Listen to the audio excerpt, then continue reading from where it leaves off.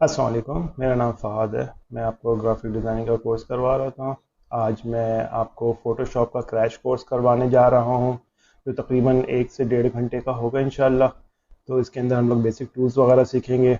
वो वाले टूल्स ही सीखेंगे जो तकरीबन तमाम वर्जन्स के अंदर कॉमन है, मोस्टली यूज़ होते हैं। और उसको सीख के एक बिगनर लेवल आराम से फ़ोटोशॉप यूज़ कर सकता है, मीडियोकर भी यूज़ कर सकता है। एक्सपर्ट के लिए ये है कि वो थोड़ा बहुत इसमें जो चीज़ भूल गया है या जो नए फीचर्स आए हैं उसको लर्न कर सकता है। तो चलें फिर स्टार्ट करते हैं फ़ोटोशॉप के ऊपर। So guys, this is my screen. हम लोग फ़ोटोशॉप खोल लेते हैं। मेरे पास फ़ोटोशॉप CC 2020 है। और जब फ़ोटोशॉप खुलेगा आपके पास ये वाली स्क्रीन आएगी। इसमें आप दो तीन तरीके से फ़ाइल ओपन कर सकते हैं। सबसे पहले हम लोग इंपोर्ट लर्न कर लेते हैं कि इंपोर्ट कैसे किया जा सकता है।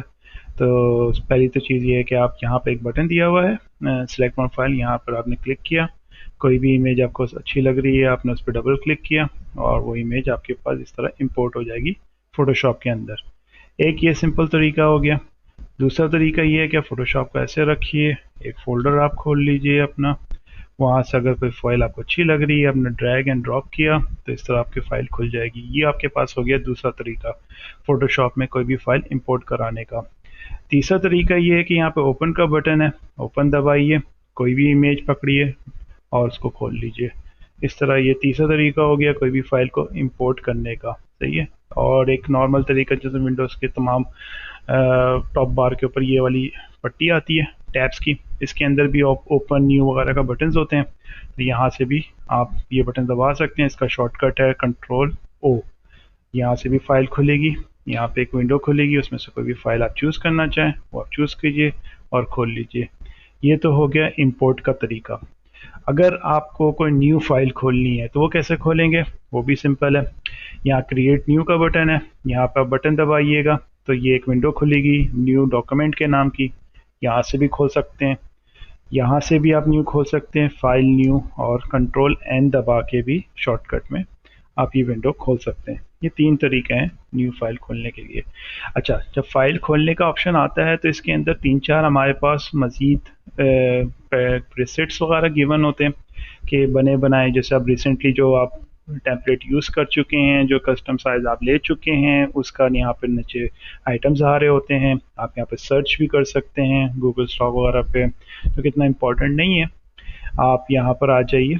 आपको अगर फ़ोटो से रिलेटेड कुछ प्रीसेट्स देखने हैं तो आप यहाँ पे लैंडस्केप पोर्ट्रेट मोड पे बहुत सारे बने बनाए प्रीसेट्स मिल जाएंगे। प्रिंट से रिलेटेड मिल जाएंगे, आर्ट वर्क से मिल जाएंगे, वेब से रिलेटेड बहुत सारे जो नॉर्मल हमारी वेबसाइट डिज़ाइन होती हैं उससे या हमारे स्क्रीन रेजोल्यूशन होती है उसके बेस के ऊपर ये प्रीसेट्स बने हुए हैं।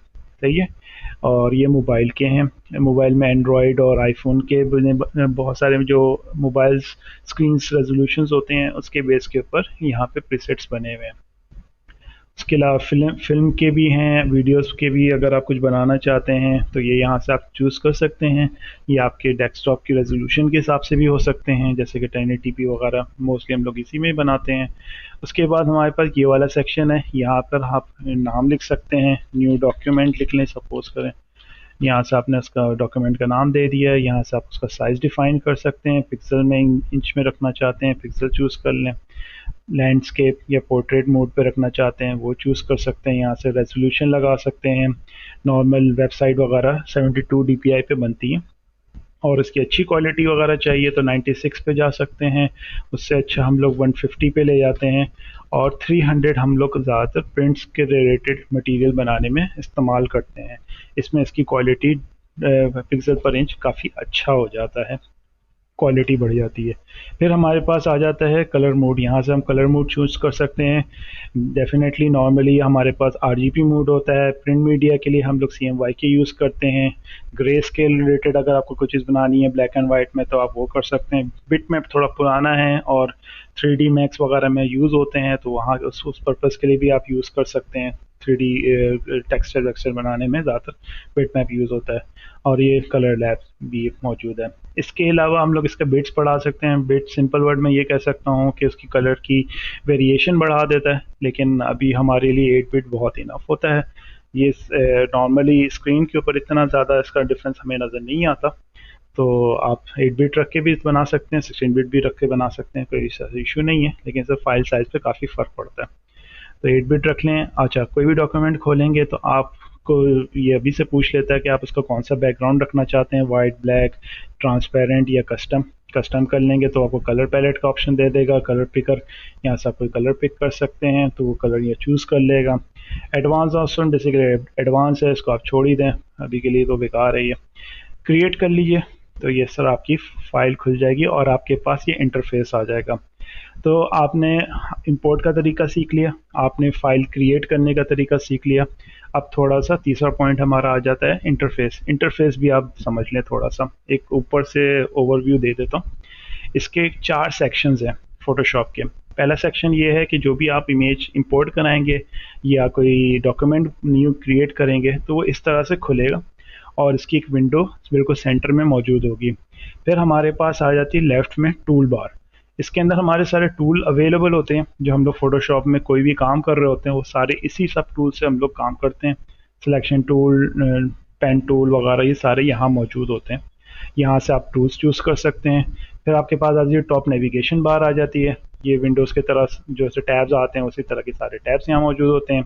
इसके नीचे वाले सेक्शन में बेसिकली जो भी आप टूल सेलेक्ट करते हैं उससे रिलेटेड मिनी ऑप्शंस, फीचर्स उसके ओपन हो जाते हैं कि उसके अंदर आप फर्दर कुछ चीज़ चूज़ करना चाहते हैं तो उससे रिलेटेड फर्दर ऑप्शन यहाँ पे डिस्प्ले करवा देते हैं। ये वाले ऑप्शन ये राइट साइड के ऊपर भी प्रॉपर्टी का एक सेक्शन टैब बना हुआ है, यहाँ पे भी शो होते हैं बेस्ड ऑन योर टूल। जो आप टूल चूज़ करेंगे उस बेस के ऊपर भी यहाँ पे भी इफेक्ट जनरेट हो रहा होता है, जो भी टूल आप इस्तेमाल करते हैं। अभी फ़िलहाल ये आपके जो डॉक्यूमेंट खुला हुआ है उससे रिलेटेड इन्फॉर्मेशन यहाँ पर आ रही है कि इसकी रेजोल्यूशन ये है।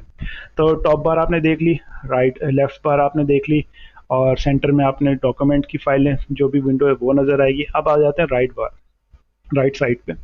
राइट साइड के ऊपर ये कुछ लर्न्स के वो चीज़ें वगैरह हैं, ये इतना इंपॉर्टेंट नहीं है, ये आपको थोड़ा सा ट्यूटोरियल देता है कि फ़ोटोशॉप कैसे सीखा जा सकता है।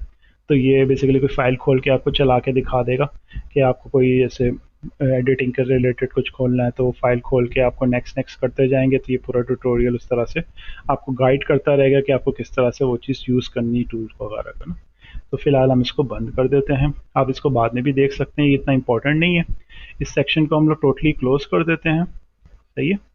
हमारे पास जो ज़्यादा इंपॉर्टेंट चीज़ है वो ये रही है, क्या कहती है, हमारे पास इस सेक्शन के अंदर हमारे पास मौजूद है। ये लाइब्रेरी भी बंद कर देता हूँ, सही, अब ये नॉर्मल हो गया। अब इसके अंदर हमारे पास कलर पैलेट आ रहा होता है, यहाँ कलर की इंफॉर्मेशन है, स्वेचेस हैं बने बनाए, यहाँ से आप पिक कर सकते हैं, ग्रेडियंट्स बने बनाए हैं फोल्डर्स के अंदर, वो आप देख सकते हैं, यहाँ से पिक कर सकते हैं। जैसे फॉर सपोज आपने ये वाला ग्रेडियंट पिक कर लिया, शायद यहाँ पे ड्रैग एंड ड्रॉप करेंगे तो वो ग्रेडियंट यहाँ अप्लाई हो जाएगा, स्टफ लाइक दैट।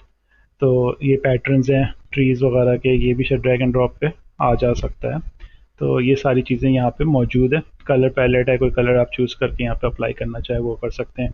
प्रॉपर्टी आ रही होगी आपके डॉक्यूमेंट की, और ये एडजस्टमेंट का सेक्शन है। एडजस्टमेंट हम आगे चल के डिस्कस करेंगे, इसमें कितने तरीके से कलर करेक्शन आप कर सकते हैं अपने डॉक्यूमेंट के अंदर, वो सारी चीज़ें यहाँ से आप एडजस्ट कर सकते हैं ओपन करके। सही है, जैसे कि आपने ये खोल लिया तो ये कलर पैलेट खुल गया है, इसके हिसाब से आप एडजस्टमेंट वगैरह कर सकते हैं। सही है, अब ये लेयर हम लोग डिलीट कर देते हैं। अच्छा, अब आ जाते हैं नीचे वाले सेक्शन के अंदर, इसको भी छोटा कर देते हैं, मिनिमाइज करके मारते हैं। तो सबसे इंपॉर्टेंट सेक्शन राइट साइड के ऊपर लेयर्स का होता है। इधर तमाम जो भी आप फोटोशॉप की जो भी फाइल खोलेंगे या एक इमेज खोलेंगे वो यहाँ पर आपको शो कराएगा आइकन के साथ, आई के आइकन के साथ। तो जितनी भी लेयर्स होंगी वो यहाँ पे लिस्ट डाउन होगी और इसके अंदर आप काम करेंगे। लेयर बहुत इंपॉर्टेंट टूल है, फंक्शन है यहाँ पे, इससे काम करते हैं। और ये लेफ़्ट साइड पे टूल्स और प्लस ये लेयर्स, इसके बिना फ़ोटोशॉप अधूरा है। ये दोनों बहुत इंपॉर्टेंट चीज़ें हैं, ये हर जगह यूज़ होती हैं, इसके मालूमात होना बहुत ज़रूरी है। इसी बेस के ऊपर आपका पूरा डॉक्यूमेंट बनता है। जितनी लेयर्स बनती हैं फ़ोटोशॉप के अंदर जिस पर आप काम करते हैं, और ये टूल्स होते हैं जिनके बेस पर वो काम होता है। तो होप सो आपको मैंने कोई जनरल चीज़ें बता दी हैं। 4 सेक्शंस, टॉप बार, लेफ़्ट बार, राइट बार और सेंटर विंडो, ये हमारा इंटरफेस हो गया। अच्छा, एक चीज़ और ये है कि अगर आप कोई डॉक्यूमेंट खोलते हैं और आपका फॉर सपोज दोनों तरफ की बार गायब हो जाती हैं और आपको समझ नहीं आता कि किस तरह से वापस आएंगी, तो आप टॉप बार में जाके विंडोज़ के सेक्शन के अंदर वर्क स्पेस में जाके यहाँ पे रिसेट एसेंशियल कर सकते हैं। तो इससे आपकी पुरानी तमाम जो टूल्स हैं वो रिटर्न हो सकते हैं और वो आराम से आप उसको रीसेट कर सकते हैं। इधर और भी ऑप्शन अवेलेबल है, इधर आप जैसे 3D के हिसाब से इन्वायरमेंट क्रिएट करना चाहते हैं, इंटरफेस क्रिएट करना चाहते हैं, वैसा हो जाएगा फोटोशॉप का। पेंट से रिलेटेड है तो वो टूल सामने आ जाएंगे, ये सारी चीज़ें आप कर सकते हैं। और आप डिफ़ॉल्ट अगर डिफ़ॉल्ट इंस्टेंशियल पे जाना चाहते हैं तो उस पर क्लिक कर दें तो वो नॉर्मली रीसेट हो जाएगा और आपके पहले वाले रेजोल्यूशन और सारी एक्सेक्शन पे आ जाएगा। तो गाइस हम लोग अब चल लेते हैं अपने तीसरे टॉपिक की तरफ, जिसके लिए हम लोग अभी एक कोई इमेज खोल लेते हैं जिसको समझने के लिए आपको थोड़ा आसानी हो सके। जैसे कि हमने ये बर्ड की इमेज खोल ली, अब हम डिस्कस करने जा रहे हैं सिलेक्शन टूल। हमारे पास फोटोशॉप में दो तीन सिलेक्शन टूल्स हैं, जैसे कि एक ये वाला टूल है, सही है, एक ये इसका है, इसके अंदर आप क्लिक करके रखेंगे तो further lasso tool, polygonal lasso, magnetic lasso, ये वाली चीज़ें आ जाती हैं। प्लस ये इस तरह के ये भी मार्क्यो टूल्स कहलाते हैं, ये भी आते हैं। ये सारे के सारे सिलेक्शन टूल्स हैं, ये दोनों के दोनों। तो हम लोग चलो इसको ट्राई करते हैं कि ये किस तरह से वर्क कर सकता है। तो सबसे पहले हम लोग, ये एक जनरल टूल होता है मार्क्यू टूल। अच्छा, एक चीज़ और भी आपको बताता चलूँ कि ये जो हमारा टूल बार है, इसके अंदर जो कोई सा भी टूल को अगर आप सिलेक्ट करते हैं यहाँ से, और सिलेक्ट नहीं करते, सिर्फ माउस ओवर रखते हैं, तो ये थोड़ा सा फोटोशॉप उसके बारे में आपको गाइड कर देता है कि ये असल में क्या चीज़ है। जैसे कि ये हमारे पास जो मूव टूल है, ये बेसिकली कोई भी चीज़ ऑब्जेक्ट को मूव करने के लिए काम होता है। अब जैसे आपने वो लेयर अभी लास्ट में पढ़ी थी, तो लेयर जैसे यहाँ पे लॉक है, एक सिंगल फाइल खोलते तो लेयर लॉक होती है, तो आप इसे डबल क्लिक कर लें, ये इसको ओके कर दीजिए। ये नाम मांग रहा है, कलर कोड वगैरह मांग रहा है, तो लेयर का कोई कलर कोड आप रख सकते हैं। ये वाला जो मोड है वो यहाँ पे भी दिख रहा है, ओपेसिटी जो यहाँ पे वो यहाँ दिख रही है, और आप कोई नाम रखना चाहते हैं, फॉर सपोज आपने बीजी रख दिया इसका नाम, और आपने ओके कर दिया, तो ये बीजी और इस तरह का कलर के साथ ये यहाँ पे बन गया। अब ये है कि आप मूव टूल से आप इसको मूव कर सकते हैं, पहले वो लॉक थी तो अब आप इसको मूव कर सकते हैं। सही है, कंट्रोल जी करेंगे तो वापस एज इट इज हो जाएगा। तो सबसे पहले हम लोग ये वाला टूल पकड़ लेते हैं, रेक्टेंगुलर मार्को टूल। सही है, ये बेसिकली क्या करता है, जैसे आप क्लिक करके इसको खींचेंगे तो ये इस तरह का लुक जनरेट कर रहा होगा और साथ साथ बता रहा होगा कि कितने विड्थ और हाइट के ऊपर आपने ये चीज़ सिलेक्शन लेने जा रहे हैं। तो जैसे कि आपने ये सिलेक्शन ले ली, तो आप फॉर सपोज ये सिलेक्शन आपके पास आ गई है, तो अब ये बता रहा है कि ये सिलेक्शन को आप मूव भी कर सकते हैं। सही है, आप इसको इधर से उधर मूव कर सकते हैं। ये जिस तरह जा रहे होंगे तो ये इस तरह आपके हाथ के माउस के मूवमेंट के साथ साथ मूव हो रहा है। अब जैसे ही आप ये वाले टूल को सिलेक्ट करते हैं या वी दबा देते हैं मूव टूल को, तो अब अगर आप मूव करेंगे तो वो उस एरिया को काट के निकाल रहा है। तो ये क्या किया उसने, वो सिलेक्शन उसने ले ली और इसके साथ एक कैंची वाला साइन आपको नज़र आ रहा होगा माउस के साथ कि ये यहाँ से कट करने जा रहा है। तो आप मूव जब करेंगे तो ये ऑब्जेक्ट यहाँ से कट के इस इमेज का अलग हो जाएगा। तो सिलेक्शन टूल का पर्पस ही यही होता है कि आप कोई सिलेक्शन लीजिए और उस एरिया को काट सकें। सही है, अब कंट्रोल डी दबाने से वो डी सिलेक्ट हो जाता है, या सिंपली आप ये सिलेक्ट किया और आपने मूव टू यहाँ पर आ गया। इधर ऑप्शन में भी अवेलेबल है कि आपने कोई जैसे कि कोई दूसरा टूल सेलेक्ट करना चाह रहे हैं और आप इसको नहीं करना चाह रहे, आपने ये किया और आपने ये दूसरा टूल लिया तो वो ऑटोमेटिकली गायब भी हो जाएगा। सही है, अगर आप उसके साथ कुछ मूवमेंट नहीं कर रहे हैं, सिलेक्शन लिए, या तो आप सिंपली कंट्रोल डी दबा दें तब भी वो गायब हो जाएगा। अब इसके अंदर कुछ ऑप्शन और भी हैं, जैसे कि एलिप्टिकल टूल है, ये सर्कल के अंदर काम करता है।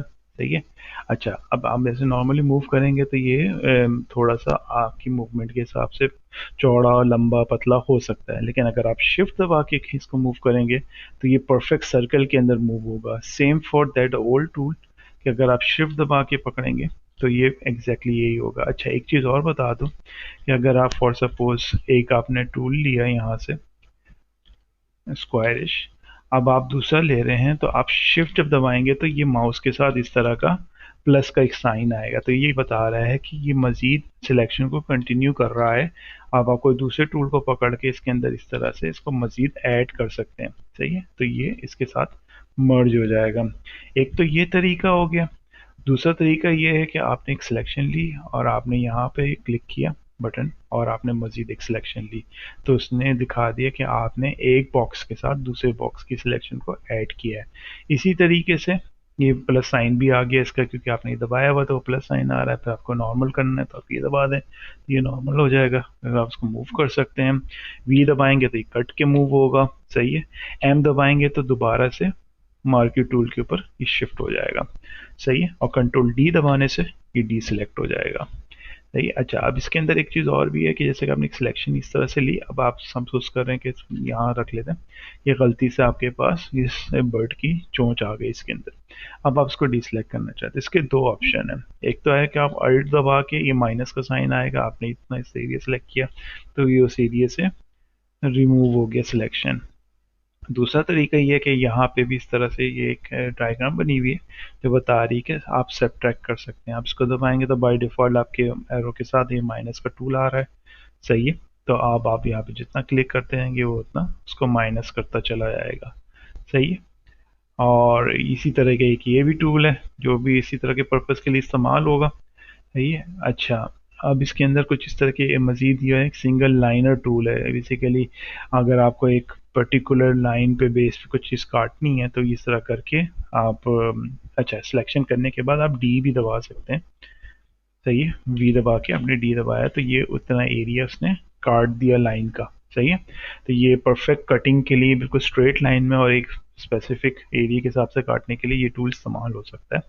इसी तरह ये वर्टिकल भी होता है, आप इस पर सिंगल क्लिक करेंगे तो ये पूरे जो आपकी कैनवस की जितनी हाइट होगी उसके हिसाब से ये आ जाएगा। उसके बाद आप इसको डिलीट दबाएंगे तो ये डिलीट है, कंट्रोल डी दबाएंगे तो आपको नज़र आ जाएगा कि भाई ये इसने काट दिया। तो कंट्रोल सी कर लेते हैं हम लोग दोनों दफ़ा, तो ये सारी सिलेक्शन ख़त्म हो गई है। अच्छा, ये तो हो गया सिंपल चीज़ है कि आपने कोई चीज़ यहाँ से निकालनी है और बहुत सिंपल चीज़ लिखी हुई है तो कट कट कट कर ली है निकालने के लिए। अच्छा, अब ये आता है आपका लासो टूल। ये बहुत इम्पोर्टेंट टूल है। ये बेसिकली आपकी परफेक्ट कटिंग के लिए, किसी इमेज को काटने के लिए, जैसे कि ये बर्ड हो गया या ये स्टेम हो गया दरख्त का, तो इसको काटने के लिए आप इस्तेमाल कर सकते हैं। इसमें 3 टूल्स अवेलेबल हैं और इसका शॉर्टकट एल है, सही। अगर इसमें माउस ओवर रखेंगे तो ये थोड़ा सा आपको इसके बारे में बता भी देगा, गाइड भी कर देगा, सही है। अच्छा, पॉलीगॉन लासो टूल हम लोगों ने चूज़ किया हुआ है। इसका पर्पस ये इस तरह से काम करता है। पहला ही टूल है हमारा इसके अंदर का, नहीं सॉरी, दूसरा टूल था। पहला टूल हम लोगों ने, ये फ्री मूवमेंट लासो टूल होता है। बेसिकली आप जैसे क्लिक करके क्लिक दबा के चलाते रहेंगे तो ये चलता रहेगा, और जितनी बड़ी आपको सिलेक्शन लेनी है घुमा के उसी पॉइंट पे आ जाए जिस पॉइंट पे आपको तक काटना है, तो ये इस तरह से इसकी सिलेक्शन ले लेगा। कंट्रोल डी दबा के इसको हटा दें।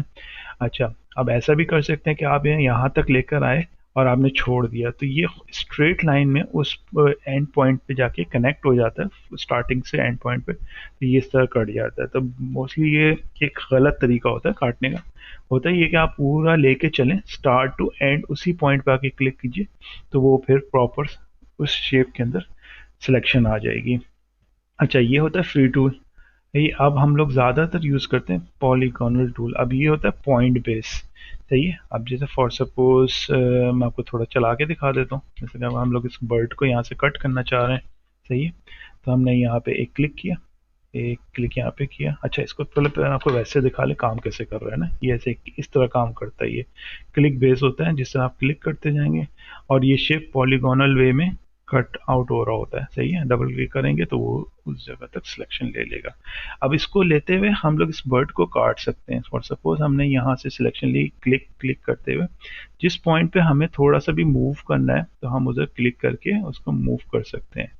अच्छा, ये है कि आप जितने बेहतर हैं, जितना ज़्यादा जूम इन करके काम करेंगे उतनी बेहतर आप इसकी कटिंग कर सकते हैं परफेक्ट। और अगर अभी तो हम लोग जैसे सीख रहे हैं तो हम लोग जैसे जनरली इसको काटेंगे, हो सकता है कि वो थोड़ा रफ कट भी जाए, सही है। तो हम सिर्फ अभी इसको समझने की कोशिश कर रहे हैं कि टूल किस तरह काम करता है, सही है। तो इसका ये बहुत ज़्यादा यूटिलाइज होता है ये टूल किसी भी चीज़ को इमेज में से कट करने के लिए, क्रॉप करने के लिए, मतलब इमेज से निकालने के लिए। तो ये अपने इस तरह की एक सिलेक्शन ली और स्टार्टिंग पॉइंट पे आएंगे तो इस तरह का एक सर्कल बना हुआ आ जाएगा इसके अंदर आइकन पे, और आप इस पर जैसे क्लिक करेंगे तो ये उस तरह की सिलेक्शन ले लेगा। अब आप इसके अंदर दो काम कर सकते हैं। इस पर राइट क्लिक करके इसको लिया एक कॉपी बना सकते हैं, सही है। ये दबाएंगे तो यहाँ पे आपके पास एक लेयर कॉपी आ गया। जब बैकग्राउंड बंद किया तो आपके सामने ये बर्ड अलग कटी हुई आपको नज़र आ रही है, सही, एज अ कॉपी। सही है, एक तो कॉपी का तरीका हो गया। सही, आप पीछे आ जाएं, रिवर्स कर लें, सिलेक्शन वापस आ गई।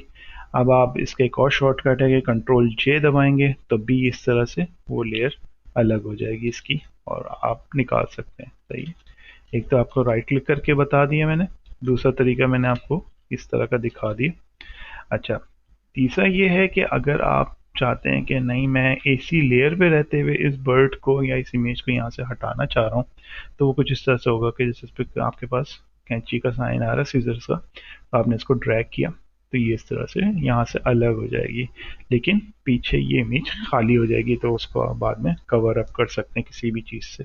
अब फॉर सपोज जैसे कि मैंने इसको यहाँ निकाल लिया और मैं कंट्रोल डी दबाता हूँ, इसकी सिलेक्शन ऑफ कर देते हैं। अब हमारे पास ये सेक्शन खाली आ गया है। सही है। अच्छा, अब हम क्या करेंगे, अब हम इसके अंदर एक ऑप्शन और भी है कि अगर जैसे कि आप इधर आ जाते हैं और यहाँ पे सिलेक्शन बनी हुई थी पहले की, आप इसको अपने हिसाब से पूरा एक मजीद नहीं है सिलेक्शन ले लेते हैं कि भाई मुझे ये एरिया फिक्स करना है, तो ये आपने फ्री मूवमेंट का आपने इस तरह से लिया और आई दबा के, आई ड्रॉपर बेसिकली एक टूल है यहाँ पे, इससे आप कोई भी कलर पिक कर सकते हैं, या फिर आप यहाँ से भी कोई कलर पिक कर सकते हैं। जैसे फॉर सपोज आपने ये पैलेट खोला कलर पिकर का और यहाँ से कोई कलर चूज़ किया और उसके बाद अल्ट बैक स्पेस या कंट्रोल बैक स्पेस दबा देंगे तो वो कलर यहाँ पे आ जाएगा इस तरीके से। तो ये भी एक तरीका है कि आप इसको यूटिलाइज कर सकते हैं। चले, मैं थोड़ा सा ऑफ टॉपिक चला गया, तो हम लोग दोबारा सिलेक्शन के ऊपर आ जाते हैं। सही है, उसके बाद आ जाता है आपके पास मैग्नेटिक लासो टूल। सही है, मैग्नेटिक लासो टूल बेसिकली क्या करता है कि जो सॉलिड कलर्स होते हैं और आपके दूसरे ऑब्जेक्ट के, उसको वो खुद रीड करता है, और जैसे आपने क्लिक किया तो वो उसको खुद पकड़ेगा मैग्नेटिक तरीके से इमेज को ना, और वो पॉइंट जनरेट करता रहेगा। जैसे आपको जस्ट इसके साथ मूव करना है तो वो पॉइंट जनरेट होता चला जाएगा और आपकी सिलेक्शन बनती चली जा रही होगी। तो जितना शार्प एज कलर होंगे तो उतना अच्छा ये टूल काम करता है। प्लस ये कि आप क्लिक भी कर सकते हैं, जैसे कि आपको लगता है कि ये यहाँ से एक्स्ट्रा जा रहा है तो आपने यहीं पे क्लिक कर दिया। सही है, आपको लग रहा है कि ये चून ज़्यादा काट रहा है, आपने यहाँ पे क्लिक कर दिया, उसको रोक दिया कि भाई और अंदर मत जाओ। सही है, इस तरीके से आप सिलेक्शन ले सकते हैं और ये काफ़ी फास्ट काम कर सकता है अगर इमेज आपकी इस तरह की है जिसमें बहुत क्लियर लुक जनरेट हो रहा है एक कलर से दूसरे कलर के अंदर, तो ये बहुत अच्छा काम करता है। ठीक है, अभी तो हम थोड़ा एक रफ सा एक आइडिया ले रहे हैं कि इधर से मैंने यहाँ पे ले आया हूँ और यहाँ से मैं वापस लेके जा रहा हूँ मेन पॉइंट की तरफ, स्टार्टिंग पॉइंट की तरफ। तो ये सर्कल यहाँ पर आ जाएगा और यहाँ पर हमने क्लिक करके छोड़ा तो इसने इतना बड़ा एरिया सेलेक्ट कर लिया है। सही है, अब आप इसको वही वाली चीज़ है कि इसको आप अलग से कट कर सकते हैं, निकाल सकते हैं, ये कंट्रोल जे दबा दें, ये आपके अलग हो गई लेयर। अच्छा, एक चीज़ और भी बताता चलूँ कि जैसे कि आपने ये सिलेक्शन ले लिया, आप इसकी इन्वर्स भी कर सकते हैं। सही है, अब इसके अब आप जैसे के लिए कंट्रोल शिफ्ट आई दबाएंगे तो सिलेक्शन इन्वर्स हो जाएगी। सही है, और अभी इसको मेरे ख्याल से किसी और शॉर्टकट की का भी उसके साथ अटैचमेंट है, तो हम लोग इसको भी थोड़ा बाद में देख लेते हैं। अच्छा, अब हमारे पास आ जाता है ये वाला सिलेक्शन टूल जिसके अंदर हमारे पास एक ये नया ऑब्जेक्ट आया है, ऑब्जेक्ट सिलेक्शन टूल। ये बेसिकली 2020 का वर्जन है इसका। अगर मैं सिंपल थोड़ा सा आपको ट्यूटोरियल दे देता हूँ कि भाई ये काम कैसे करता है, तो वो बेसिकली इस तरह से कि भाई आपने ये बॉक्स लिया और आपने ये बर्ड सेलेक्ट की, तो ये खुद कैलकुलेट करेगा कि आपने क्या चीज़ सेलेक्ट करनी है। तो उस बॉक्स के अंदर जैसे इसने कैलकुलेट करके वो पर्टिकुलर जैसे बर्ड है वो उसकी सिलेक्शन को ले लेगा।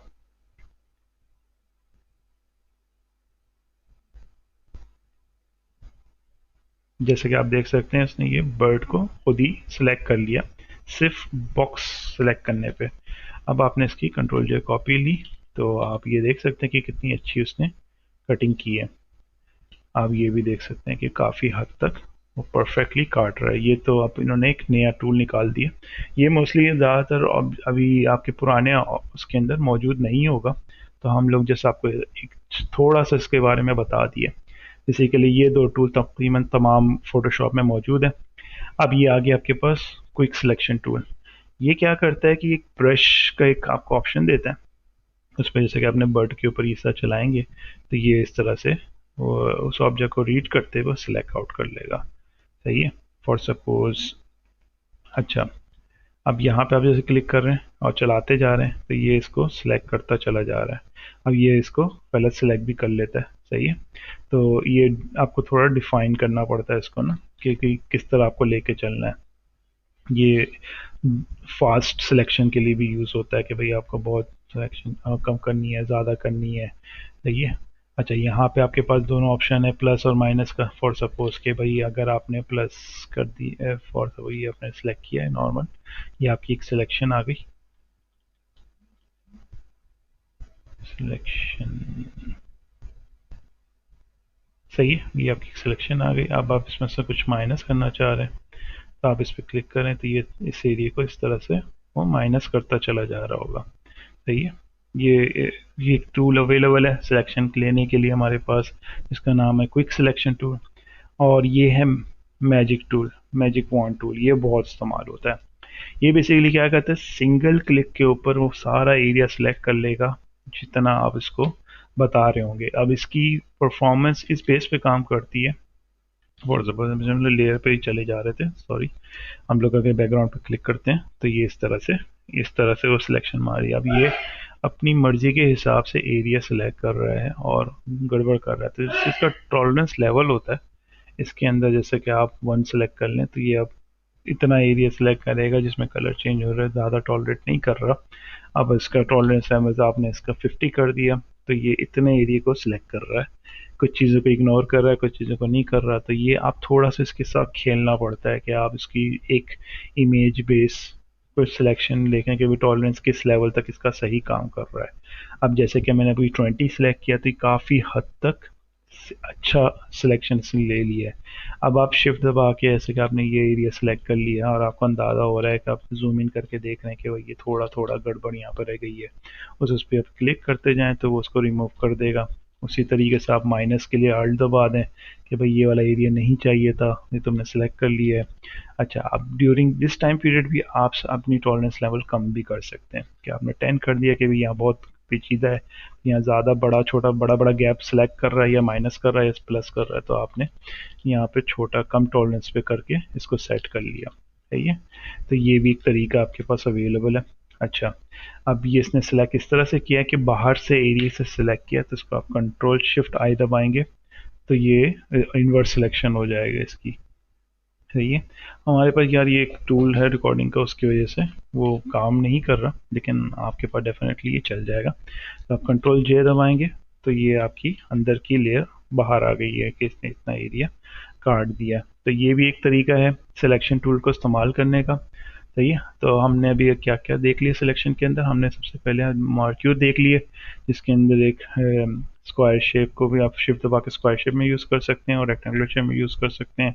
दूसरा आपके पास सर्कल टाइप शेप अवेलेबल है जिसमें आप सिलेक्शन ले सकते हैं। फिर आपके पास पूरे सिंगल रो सिलेक्शन है, बहुत पतली सी लाइन सेलेक्ट करेगा, वर्टिकल और हॉरिजॉन्टल दोनों, ये दोनों चूज टूल आपके पास अवेलेबल है। फिर आपके पास आ जाता है लासो टूल जो कि फ्री मूवमेंट सिलेक्शन टूल है। सही है। उसके बाद आपके मार्क पॉलीगोनल है, तो वो इस तरह से क्लिक बेस काम करके सिलेक्शन करता है। सही है। उसके बाद आपके पास मैजिक टूल है, मैजिक टूल कह रहा हूँ, मैग्नेटिक टूल है। सही है। वो इस तरीके से खुद ही डिटेक्ट करता है सेक्शन को और वो इस तरह से काम कर रहा होता है। सही है। और उसके बाद फिर आपके पास आ जाते हैं तीसरा ऑप्शन, ऑब्जेक्ट सिलेक्शन टूल। इसके अंदर आप कोई भी ऑब्जेक्ट को सिलेक्ट कर लीजिएगा तो ये उसको पकड़ के ओपन कर लेगा, उस पर्टिकुलर एरिया पे जो चीज़ आप निकालना चाह रहे हैं तो वो निकाल लेता है। जैसे फॉर सपोज मुझे बर्ड की सिर्फ ये वाली चीज़ चाहिए तो मैंने इसको क्लिक करके छोड़ दिया, ये थोड़ा सा लोड करता है, ये बता देता है कि इसको नहीं मिला तो वो एरर दे देगा। जैसे आप इसको पूरा सिलेक्शन के दिए तो, अच्छा सॉरी, फिर हमारी लेयर दूसरी पड़ी हुई थी, सॉरी, और जैसे मैंने ये सिलेक्ट किया तो इसने इस तरह से इस बर्ड को सिलेक्ट कर लिया। फॉर सपोज मुझे ये जो सिलेक्ट करना है तो इसने इतना एरिया सिलेक्ट कर लिया। फिर हमारे पास ये टूल आ जाता है क्विक सिलेक्शन, ये आप क्लिक करके बढ़ाते चले जा रहे होंगे और ये सिलेक्ट होता चला जाएगा। सॉरी, इस तरीके से क्लिक करते जाइए और ड्रैग करते जाइए तो सिलेक्शन बनाता चला जा रहा होगा। जितना एरिया पे आप ब्रश लेके जाते हो, जब ज़्यादा घुमा देंगे तो ओवरऑल पूरे पे सिलेक्ट कर जाएगा। सही है। उसके बाद हमारे पास आ जाता है magic tool. Magic tool one click selection है। एक क्लिक किया और इसने बहुत बड़ा पोर्शन सेलेक्ट कर लिया। इधर आप इसका टॉलरेंस लेवल वगैरह सेलेक्ट कर सकते हैं। अगर 50 रखेंगे तो ये इस तरह से काम करेगा, 20 रखेंगे, उस लास्ट हमने 20 रखा था, काफ़ी हद तक इसने अच्छा वर्क कर लिया था। तो ये भी एक टूल है आपको सिलेक्ट करने का। सिलेक्शन टूल बहुत इंपॉर्टेंट रोल अदा करता है, ख़ासतौर पे इमेज के ऊपर काम करते वक्त। तो ये तमाम टूल आपको जानना बहुत ज़रूरी है। अगर ये टूल आप नहीं सीखेंगे तो ये बहुत मुश्किल हो जाएगा आपके लिए इमेज के ऊपर काम करने के लिए। तो अब हम चलते हैं अपने नेक्स्ट टॉपिक की तरफ। तो अब हम स्टार्ट करने जा रहे हैं अपना ट्रांसफॉर्म टूल्स के बारे में। तो इस सिलसिले में मैंने दो इमेजेस निकाल ली हैं। एक है मग की इमेज और एक है हमारे पास लोगो की इमेज। सही है। तो हम दोनों इमेजेस खोल लेते हैं। तो उसके बाद हमें ट्रांसफॉर्म वाले टूल को समझने में आसानी हो जाएगी थोड़ी। तो थोड़ा सा इसको हम लोग लेयर को अनलॉक कर लेते हैं, इसका बैकग्राउंड रिमूव कर देते हैं हम लोग। सही है। थोड़ी सी स्पेस बना लेते हैं। सही है। अच्छा, ये हमारे पास लोगो है, लेबल है, या जो भी कह लें आप इसको। सही है। तो ये हमने बेसिकली इसके ऊपर शो कराना है। तो कैसे शो किया जा सकता है, हमने इसको ड्रैग कर लिया इस विंडोज़ के अंदर। अब मैं इसको बंद कर देता हूँ। तो हमारे पास एक ये फाइल आ गई है जिसके अंदर दो लेयर्स मौजूद हैं फोटोशॉप की। अभी हमने सेव नहीं किया है, इसका नाम नहीं रखा है।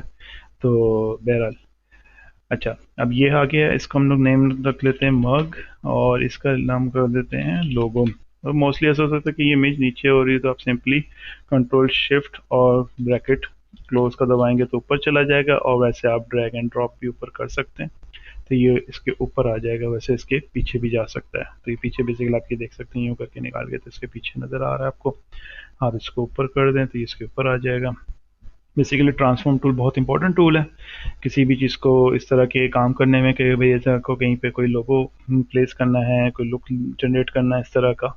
तो इस सिलसिले में इसके दो एक शॉर्टकट की है, कंट्रोल टी दबाएंगे तो इस तरह से ये ट्रांसफॉर्म का ऑप्शन आ जाएगा। दूसरा ये है कि आप एडिट में जाइए, यहाँ पे ट्रांसफॉर्म का भी ऑप्शन है, तो यहाँ से इसे करके बहुत सारी चीज़ें कर सकते हैं ट्रांसफॉर्म के अंदर। रोटेट कर सकते हैं, स्क्रू कर सकते हैं। तो आप फॉर सपोज आप स्केल का सिलेक्ट कर रहे हैं तो आपने स्केल सेलेक्ट कर लिया, तो ये स्केल का ऑप्शन आ गया है ये। सही है। और अब कंट्रोल टी में वाले के तो हमारे पास सारे ऑप्शन अवेलेबल होते हैं। तो इसमें ये है कि हम लोग आपको जैसे यहाँ पर रखेंगे तो हम आप इसको घुमा सकते हैं 360 डिग्री पे, जितना भी घुमाना चाहें। सही है। एक तो ये चीज़ आ गई। दूसरी चीज़ ये आ गई कि आप इसको पकड़ के बड़ा छोटा कर सकते हैं। ये भी फ़िलहाल यहाँ से एक लॉक लगा हुआ है जो रेशियो मेंटेन कर रहा है। नॉर्मली ये नहीं होता, अगर इसको ऑफ कर देंगे तो कुछ इस तरीके से ये काम करेगा। ये थोड़ा आस्पेक्ट रेशियो को थोड़ा ख़राब भी कर रहा होता है। तो कुछ हद तक आप इस तरह से चीज़ बना सकते हैं, लगा भी सकते हैं। है ये। अच्छा, अब इसको हम लोग ये कर सकते हैं कि जैसे कि फॉर सपोज अभी हमने इस तरह से रखा हुआ है तो ये इतना अच्छा नहीं दिख रहा। तो इसको हम लोग रिवर्स कर लेते हैं थोड़ा सा, तो इसको ओरिजिनल कंडीशन में ले आए। थोड़ा सा मग को भी छोटा कर लेते हैं ताकि थोड़ा इसके हिसाब से सेट हो जाए। सही है।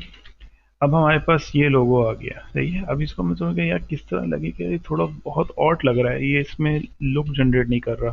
तो आपने कंट्रोल टी दबाया, आपके पास ट्रांसफॉर्म आया, आपने इसे राइट क्लिक किया, इसके अंदर आपके पास प्रोस्पेक्टिव का ऑप्शन आया है, आपको यहाँ पे भी दिख रहा था प्रोस्पेक्टिव का ऑप्शन ट्रांसफॉर्म के अंदर। दोनों जगह से आप इसको कर सकते हैं। प्रोस्पेक्टिव ऑप्शन के अंदर फिर आपने यहाँ पे राइट क्लिक करेंगे और इसको थोड़ा सा खींचेंगे तो प्रोपोर्शन इस तरह से इसका चेंज होना है, प्रोस्पेक्टिव इसका चेंज होगा और ये इस तरीके से एडजस्ट हो सकता है। जैसे जैसे आपका थोड़ा सा ये लुक ये इस तरह से लाइन जा रही तो ये इस तरह से आप सेट कर सकते हैं। एक ये चीज़ हो गई। दूसरा ऑप्शन आपके पास ये आ गया, कंट्रोल टी दोबारा दबाया आपने। अब आप इसको फॉर सपोज प्रोस्पेक्टिव हमने देख लिया, रोटेट भी हमने देख लिया, स्केलिंग भी हमने देख ली, स्क्रू दबा देते हैं। सही है। स्क्रू में कुछ इस तरीके का मूवमेंट ये दे सकता है। तो आप इस तरह के मूवमेंट कर सकते हैं, जैसे कि फॉर सपोज थोड़ा सा तिरछे में है, इटैलिक थोड़ा लुक देना है तो इस तरह से आप इमेज को मूव कर सकते हैं। ये वाली चीज़ आप जनरेट कर सकते हैं। सही है। अब दोबारा कंट्रोल टी दबा लेते हैं। सही है, अब हमारे पास आ जाता है जो बहुत बेहतरीन काम करेगा इस तरह के, वो है वार्प टूल। वार्प टूल के अंदर ये इस तरह से पॉइंट जनरेट हो जाते हैं। सही है, अब ये जैसे पेन टूल के पॉइंट्स होते हैं वो भी हमें पढ़ेंगे आगे चल के। आज आप इसको पकड़ के यहाँ से आप ओपन कर सकते हैं पॉइंट्स को इस तरीके से। जिस तरह का आपका कप का शेप है उस तरीके से आप पॉइंट को लेके चल सकते हैं। आपने यहाँ पे इस तरह से ड्रैग किया, आपने ये वाला पॉइंट यहाँ पे ड्रैग किया, आपने देखा कि यहाँ से इसकी इस तरह से गुलाई आ रही है, तो आपने थोड़ा सा पकड़ के इसको भी इस तरीके के शेप में एडजस्ट कर लिया। यहाँ से बिल्कुल स्ट्रेट जा रहा है तो आपने भी यहाँ से कहा कि बिल्कुल स्ट्रेट, तुम यहाँ से बिल्कुल स्ट्रेट चले जाओ। इधर से भी तो ऑलमोस्ट आप इस तरह से एडजस्ट कर सकते हैं। तो ये कुछ हद तक आपका लोगो बैड ही है, परफेक्शन नहीं है, लेकिन आगे के जितना बेहतर आप काम करेंगे तो आपको उतना ज़्यादा परफेक्ट ये लुक जनरेट कर सकता है। तो अब ट्रांसफॉर्म के अंदर हमने ये देख लिया, तो कंट्रोल टी दबाया, हम लोग इसको रोटेट कर सकते हैं। सही है, हम इसको बड़ा छोटा कर सकते हैं। सही है, प्रोपोर्शन लगा हुआ होगा तो ये एग्जैक्टली इसी तरह से बड़ा होगा जिसका एस्पेक्ट रेशियो है। अगर वो नहीं लगा हुआ होगा, सही है, तो फिर आपके ये कि आप इसको इस तरह से भी बड़ा छोटा कर सकते हैं। दूसरा चीज़ हो गई, आपने रोटेट कर लिया, आप इसको स्क्रू कर सकते हैं, डिस्टॉर्ट कर सकते हैं, प्रोस्पेक्टिव चेंज कर सकते हैं इसका थोड़ा सा इस तरीके से कि ऊपर से थोड़ा सा बड़ा लग रहा है, नीचे से थोड़ा छोटा लग रहा है, ये वाला काम कर सकते हैं। सही है, और इसके पूरे बने बनाए पैलेट्स भी मौजूद हैं कि भाई आपने पूरा पूरा मिरर करना है, शिफ्ट करना है, हॉरिजॉन्टली फ्लिप ये किया, इस तरफ फ्लिप हो गया, मिरर वाला लुक जनरेट हो रहा है इसके ऊपर। सही है, आप वर्टिकली फ्लिप कर सकते हैं, ये डायरेक्टली फ्लिप कर देगा रादर देन आप इस तरह से मूव करें। सही है, तो आप उस तरह से भी जाके मूव कर सकते हैं। ये बने बनाए इसके अवेलेबल पैलेट्स हैं। ये सारे भी ऑप्शन है, ये बेसिकली और मज़ीद डिटेल के अंदर आप देख सकेंगे, लेकिन अभी फ़िलहाल इसके लिए ये इस तरह का आप सीख जाएं और इस तरह की टूल्स आप प्रैक्टिसिंग करें तो आपका काफ़ी आसान हो सकता है काम ट्रांसफॉर्मेशन के थ्रू कोई भी इमेज को किसी दूसरी इमेज के ऊपर एडजस्ट करने के लिए। होप सो कि आपको चीज़ समझ आई होगी ट्रांसफॉर्मेशन के अंदर। अब हम चलते हैं अपने दूसरे टूल की तरफ। अब हम लोग स्टार्ट कर रहे हैं स्पॉट फिक्सिंग टूल। अब जैसे कि हम लोग एक इमेज खोल लेते हैं। सही है, इसके अंदर एक खातून है जिनके मुंह पे काफ़ी सारे पिंपल्स लगे हुए हैं। अब हम लोग थोड़ा सा एक दो टूल और भी देख लेते हैं जो बीच में रह गए हैं हमारे। तो जैसे ट्रांस ये है, क्रॉप टूल है, इसको आप सिलेक्ट करेंगे, कंट्रोल सी से भी सिलेक्ट होता है, इससे आप इमेज को बड़ा सीधा क्रॉप कर सकते हैं। आप कोई सेक्शन निकालना चाह रहे हैं, आपने यहाँ से इस तरह के सेक्शन निकाल लिया। सही है, ये प्लेसमेंट टूल है, इसको छोड़ दें, कोई इतना खास इंपॉर्टेंट टूल नहीं है भी नया टूल तो। और ये कलर पिकर टूल है, ये बेसिकली आई ड्रॉपर टूल कहलाता है। ये कोई भी जगह आप सिलेक्ट करेंगे तो कलर वहाँ से वो पिक कर लेगा। तो आप कोई भी इमेज का कलर कोड निकालना चाहते हैं तो इस तरह से निकाल सकते हैं, और उससे रिलेटेड कोई इमेज बनाने चाहते हैं तो वो इस तरह के स्पॉट आप बना सकते हैं यूज़ करने के लिए उस कलर के बेस पे। तो ये दो टूल हो गए। अब हम आ जाते हैं हीलिंग टूल पे, जो हमारा टूल है मेन, जो भी हम डिस्कस करने जा रहे हैं। तो ये बेसिकली एक हीलिंग टूल है, इसका जे शॉर्टकट है और स्पॉट हील करता है। जैसे कि यहाँ पे पिंपल है, आपने इसको बड़ा किया, क्लोज ब्रैकेट ओपन ब्रैकेट से बड़ा छोटा हो सकता है। ऊपर हमारे पास यहाँ पे भी ऑप्शन है इस ब्रश का, इससे भी आप साइज बड़ा छोटा कर सकते हैं, इसकी हार्डनेस कम कर सकते हैं। ये सारे एडवांस टूल है इसके ब्रशेस है, ये आपके मेन ब्रशेस में भी होते हैं, साथ साथ इसमें भी मौजूद हैं क्योंकि ये भी एक ब्रश है। और वैसे कीबोर्ड के ऊपर आप ब्रैकेट क्लोज और ब्रैकेट ओपन से भी बड़ा छोटा कर सकते हैं। अब जैसे आपने इस पर क्लिक करके मूव किया तो ये सारा का सारा रिमूव होता चला जा रहा है। ये बेसिकली उधर की इंफॉर्मेशन जो करीब की है इमेजेस की उसको पिक करता है और वहाँ से ये चीज़ों को क्लिक करके सिलेक्ट कर लेता है। तो ये देखें, इनकी तमाम के तमाम हमने स्पॉट्स जो भी आ रहे थे चेहरे पे वो हमने फिक्स कर दिए। अब हम थोड़ा रिवर्ट कर लेते हैं, F12 से रिवर्ट हो जाता है। अब दूसरा टूल यूज़ करते हैं, वो भी इसी तरह काम करता है, लेकिन इसमें बेसिकली आपको इन्फॉर्मेशन देनी पड़ती है, क्लिक करने से वो डायरेक्टली काम नहीं करेगा। आप इसको अल्ट दबा के जगह बताएंगे कि तुमने यहाँ से स्क्रीन पिक करनी है, ये यहाँ से इमेज पिक करनी है और इस जगह पे फिक्स करना है। और सपोज मैं थोड़ी बड़ी स्क्रीन दिखा देता हूँ कि भाई बेसिकली मैंने यहाँ से बालों वाले स्क्रीन पिक किया तो वो यहाँ पे शो कर रहा है कि ये वाले सेक्शन को वो यहाँ पे फिक्स करेगा। क्लिक किया तो ये बाल यहाँ पे इस तरह एडजस्ट कर दिया उसने। तो आपको क्लियर आइडिया हो गया होगा ये किस तरह काम कर रहा है। और सपोज अब मुझे यहाँ की स्किन से इस जगह को फिक्स करना है तो इस तरीके से फिक्स हो सकती हैं स्किन्स। और ये सारी चीज़ें ना वो ऑटोमेटिक काम कर रहा था, ये समझ लें मैनुअल है। ये हम इसको खुद बताते हैं कि कहाँ से उसमें पिक करना है और कहाँ से उसको यूटिलाइज करना है। तो ये इस तरीके से भी आप काम कर सकते हैं। जैसे कोई क्लोज एरिया है तो वहाँ पर आप, अच्छा मुझसे गलती से दो बटन दब किया है तो दोबारा से उसकी सिलेक्शन ले लेते हैं। तो अब इसमें छोटा किया कि जिन कम एरिया है तो इसमें छोटा करके यहाँ पे थोड़ा सा इस तरह चला लें।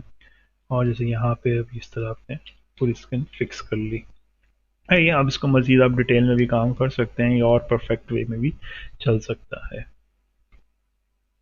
अब हम आ जाते हैं पैच टूल की तरफ। दोबारा से इमेज को रिवर्ट कर लेते हैं। ये सारे पिंपल्स वापस आ गए हैं। अब हम क्या करेंगे कि हम बेसिकली ये टूल इस तरह काम करता है कि पैच करता है, जैसे हमारे कपड़ों के ऊपर पैच लगे होते हैं। तो बेसिकली हमने इसको बताया कि ये सारा एरिया है जो हमें पैच करना है। कहाँ से पैच करना है तो हम इसको ड्रैग करेंगे, इस एरिया से पैच करना है तो वो एरिया से वो एरिया को फिक्स कर देगा। ये थोड़ा फास्ट टूल है, जैसे कि आपने यहाँ पे बहुत सारी चीज़ें एक साथ पकड़ ली और सपोज आपने बोला कि भाई यहाँ से पैच कर लो तो ये इस तरीके से क्विकली इसको पैच कर देगा। सही है। तो ये एक बहुत अच्छा टूल है फास्ट एडिटिंग के लिए और इसमें आपको ज़्यादा मेहनत नहीं करनी पड़ती है। हालांकि किसी उस टूल में भी नहीं है, लेकिन ये जिस जगह पे काम नहीं कर सकते, वो बटन नहीं काम कर रहा, ऑटो सिलेक्शन नहीं बन रही, तो आप वहाँ पे उसको परफेक्ट एरिया को सिलेक्ट करके बता सकते हैं कि यार ये एरिया को आप यहाँ से पैच कर लो, इस सेक्शन से पैच कर लो। ये देखें अब ये सारे के सारे टूल, इसी टूल से मैंने दोबारा से इनके तमाम दानों को दोबारा फिक्स कर लिया। अब हमारे पास आ जाता है चौथा tool, content aware move tool. ये काम करने के लिए हमें एक दूसरी इमेज खोलनी पड़ेगी। बर्ड्स वाली इमेज खोल लेते हैं, इसमें आपको ज़्यादा अच्छा क्लियर समझ में आएगा। फॉर सपोज ये इसमें भी आप सिलेक्शन लेते हैं, इस टूल को सिलेक्ट करके आपने ये बर्ड को सिलेक्ट किया। फॉर सपोज आप देख रहे हैं कि बर्ड कुछ ज़्यादा ही आके जा रही है, आपको यहाँ पे कुछ और ग्राफिक्स प्लेस करनी है या आपको इमेज छोटी करनी है, तो आपने कहा इस बर्ड को पीछे कर देते हैं। तो आपने सिलेक्शन ली और आपने इसको यहाँ पे लेकर आए तो ये यहाँ मूव हो सकती है। इसको करने से पहले आप यहाँ पे ज़रूर आके मूड चेक कर लें कि ये एक्सटेंड मोड पे या मूव मोड पे है। एक्सटेंड मोड पे वो कॉपी बनाता है, मूव टू पे ये मूव करता है। सही है। जैसे ही आप इसको सिलेक्ट करेंगे ये सारे आपके पास ऑप्शन आएंगे, जिसके अंदर उसी तरह से सिलेक्शन है एक्सटेंड करने का, सब्ट्रैक्ट करने का, इंटरसेक्ट करने का। सही है। तो आपने इसको उठाया और आपने यहाँ पे इसको मूव किया।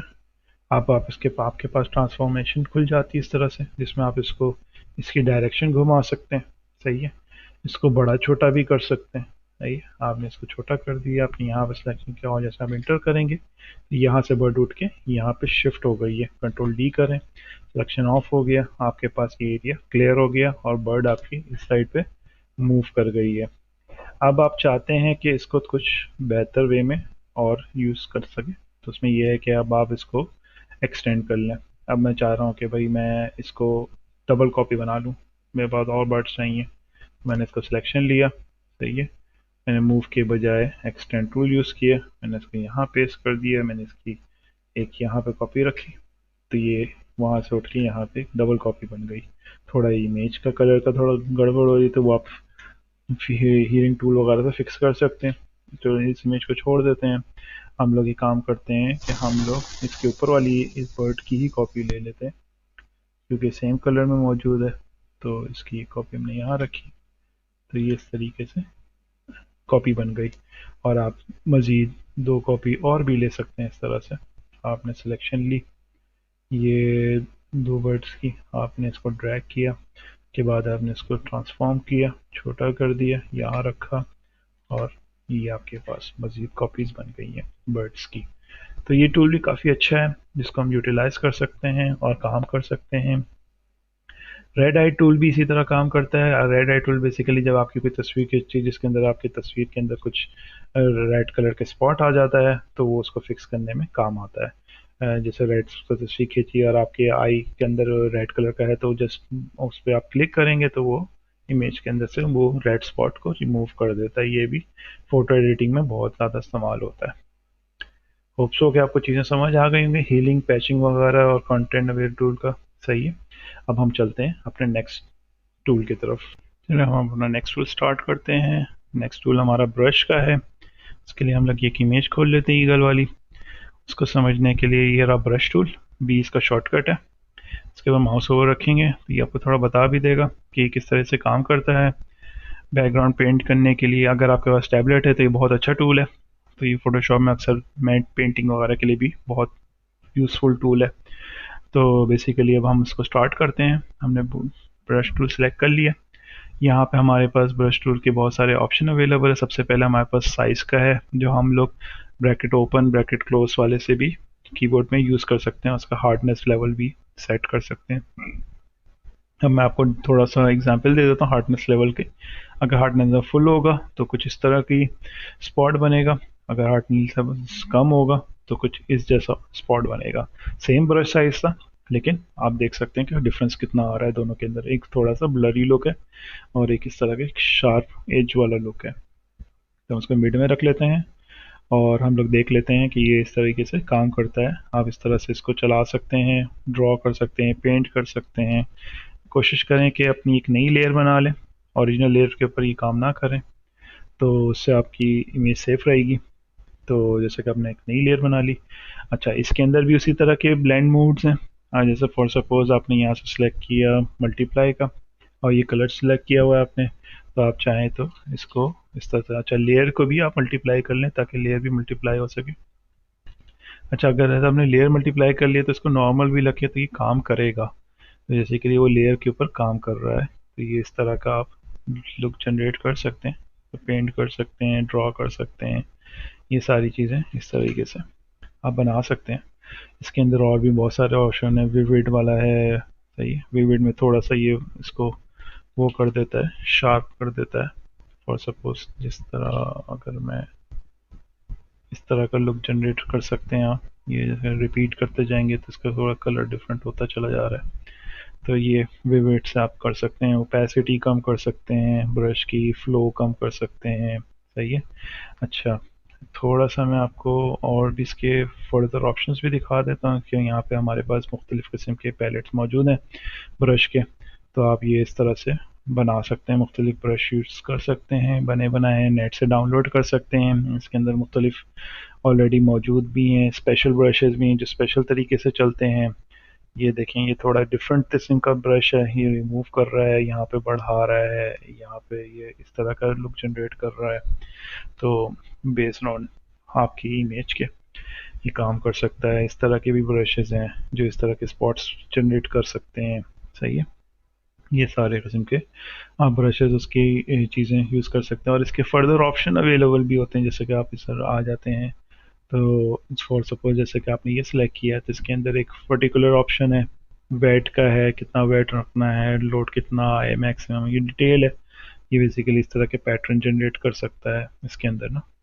तो इस तरह के आप काम कर सकते हैं इस ब्रश के टूल के थ्रू, सही है। और पेंसिल टूल भी वही चीज़ है, बस इसमें थोड़ा कम ऑप्शन अवेलेबल होता है। इसके अंदर आप स्मूथ वगैरह सिर्फ सेलेक्ट कर सकते हैं, कलर मूड सेलेक्ट कर सकते हैं और ड्रॉ कर सकते हैं, सही है। यहाँ से आप कोई भी कलर चूज़ कर लें, जो भी आपको कलर का आपको चीज़ ड्रॉ करनी है तो वो इस तरह से ड्रॉ कर सकते हैं। फिर हमारे पास इसको रिवर्ट कर लेते हैं ताकि जैसे पहला था वैसे हो जाए। फिर हमारे पास जैसे सिलेक्शन टूल से हम लोग कुछ सिलेक्ट कर ली, सही है। और दबा के करेंगे तो बीच से ये इस तरह उठेगा।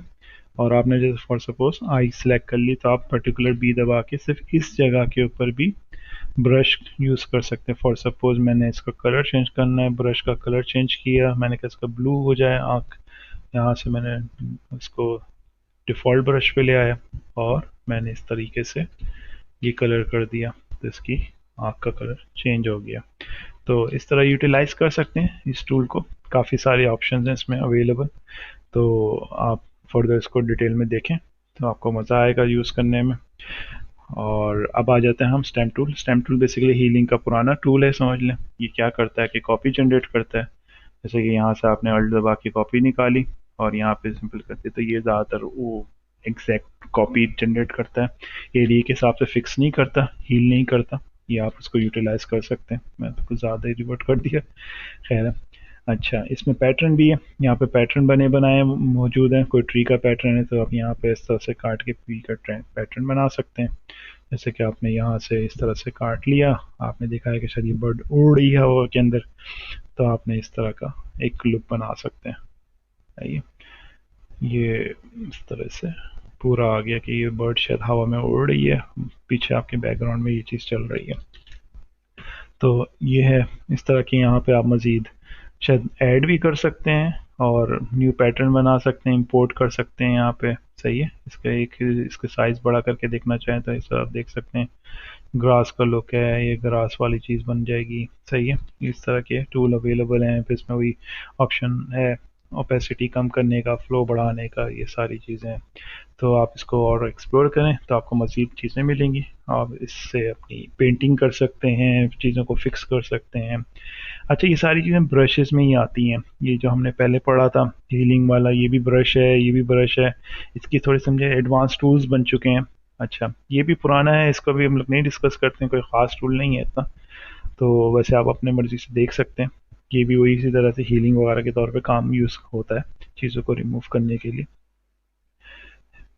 अच्छा, अब आ जाते हैं हम लोग जो बहुत इंपॉर्टेंट टूल है, वो इरेज़र टूल है। ये भी ब्रश का है। तो इसमें ये है कि आप कोई भी सिलेक्शन ले सकते हैं, तो और उस एरिया को डिलीट करना चाहे तो डिलीट कर सकते हैं। लेयर आपने रिमूव ओपन कर ली, आपने ये लिया मैग्नेटिक टूल और इससे आपने एक सिलेक्शन बना ली। आपने कहा ये मैं बर्ड की सिलेक्शन ले लेता हूँ, एक रफ सी सिलेक्शन ले रहे हैं हम लोग यहाँ पे। ये हो गई अप्रोक्सीमेटली सिलेक्शन। सही, कंट्रोल शिफ्ट आई से आप इसको रिवर्ट कर सकते हैं।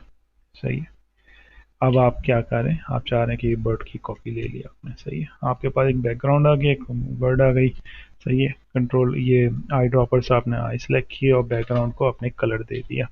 आपकी ये बर्ड अलग हो गई, आपका बैकग्राउंड अलग हो गया। सही है, बर्ड को आपने यहाँ रख लिया। अब आप चाहते हैं कि इस बैकग्राउंड के अंदर से वो डिलीट किया जा सके, तो आपने इरेज़र लिया, आपने इसको काटना शुरू किया, तो आप इसको यूँ करके काट भी सकते हैं यहाँ से। इस तरह से ये कटिंग वगैरह कर सकती हैं आप। ब्रश के तौर पे डिलीट हो रहा है ये आस्ते आस्ते, और इस तरह की आप चीज़ बना सकते हैं। फिर आप पर्टिकुलर सिलेक्शन के थ्रू भी कि भाई मुझे सिर्फ एक जगह को डिलीट करना है, जैसे आपने यहाँ सेलेक्ट किया और फिर आपने ई दबाया तो आप सिर्फ इस जगह को रिमूव कर दिया आपने इमेज की।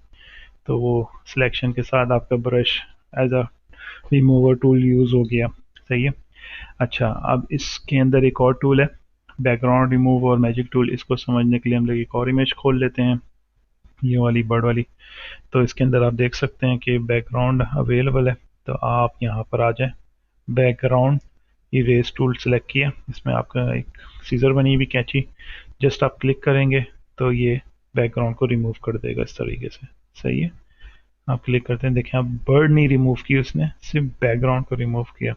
इधर भी टॉलरेंस लेवल है, टॉलरेंस में बढ़ा सकते हैं, कम कर सकते हैं, जिस तरह से वो आपके लिए बेहतर काम करे।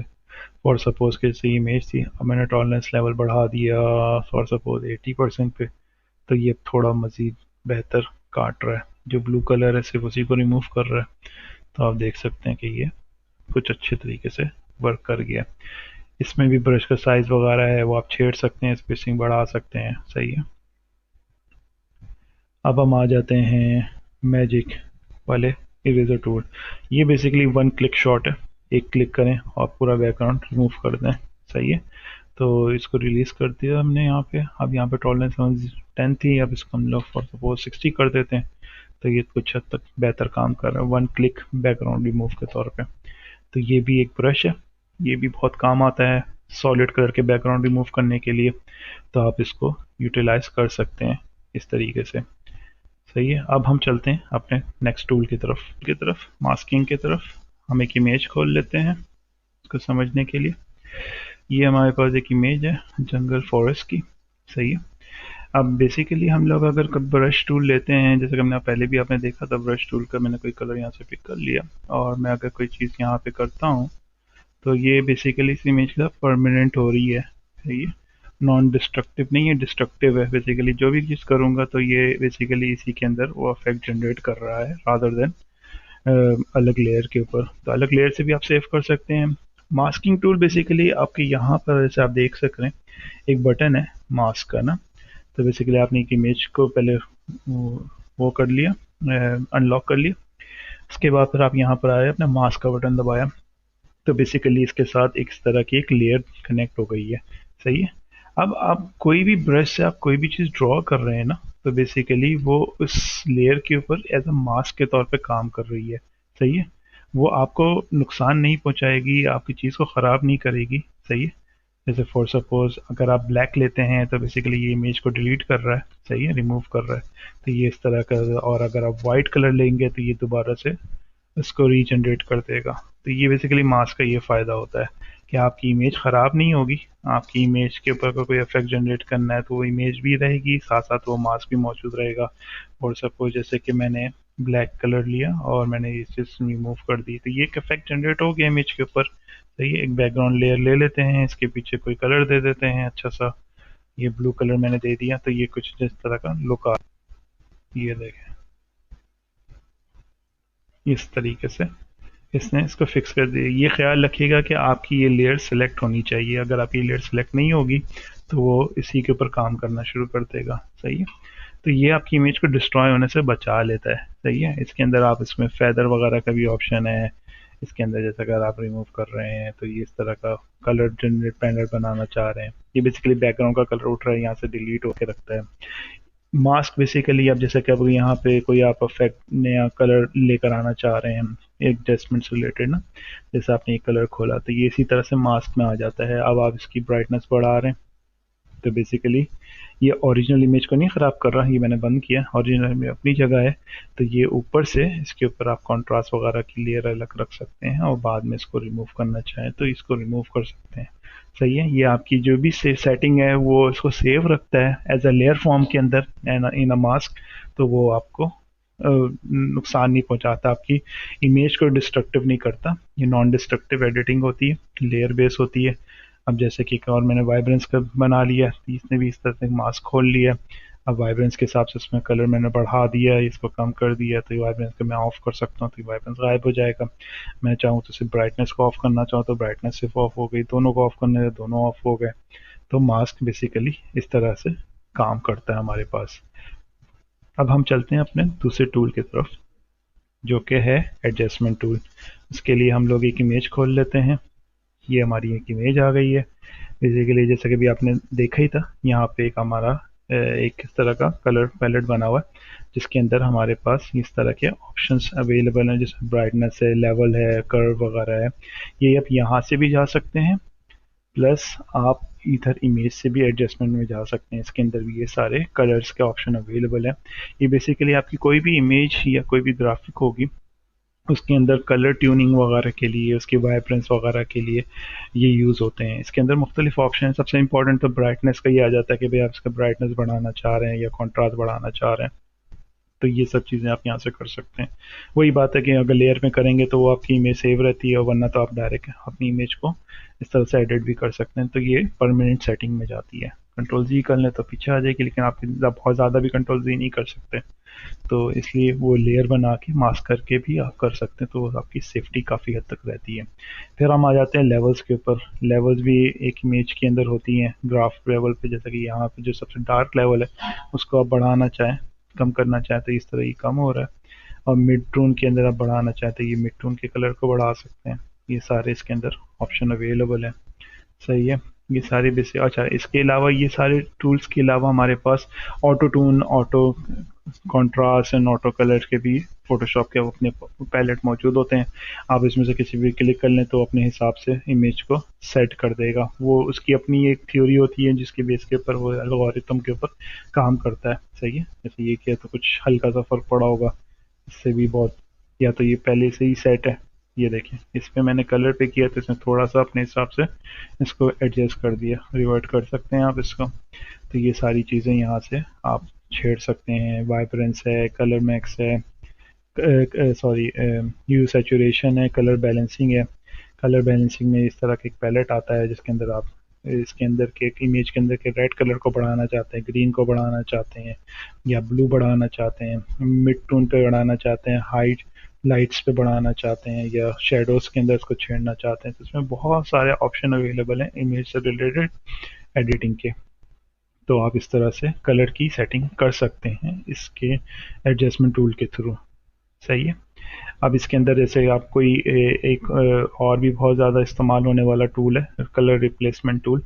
ये बेसिकली आपके अंदर कोई भी आप यहाँ से कलर पिकर से कोई कलर पिक किया आपने, उस पर्टिकुलर कलर को आप चेंज करना चाहते हैं इमेज में, जैसे कि आपने ये वाला कलर चेंज किया है, इसको आपने ह्यू सैचुरेशन से सिर्फ उस कलर के सेक्शन को चेंज करना चाहते हैं, तो वो भी आप यहाँ से कर सकते हैं। उसका कॉन्ट्रास्ट कम, ब्राइटनेस बढ़ाना चाहें तो ये सारी चीज़ें आप यहाँ से कर सकते हैं पर्टिकुलर सिलेक्शन के अंदर। अगर आप सिलेक्शन नहीं आप डायरेक्ट इमेज पे करना चाहते हैं, ये तो फिर पूरी पूरी इमेज के ऊपर भी काम कर सकता है। ये सारी चीज़ें हैं, इसके अंदर डिटेल है।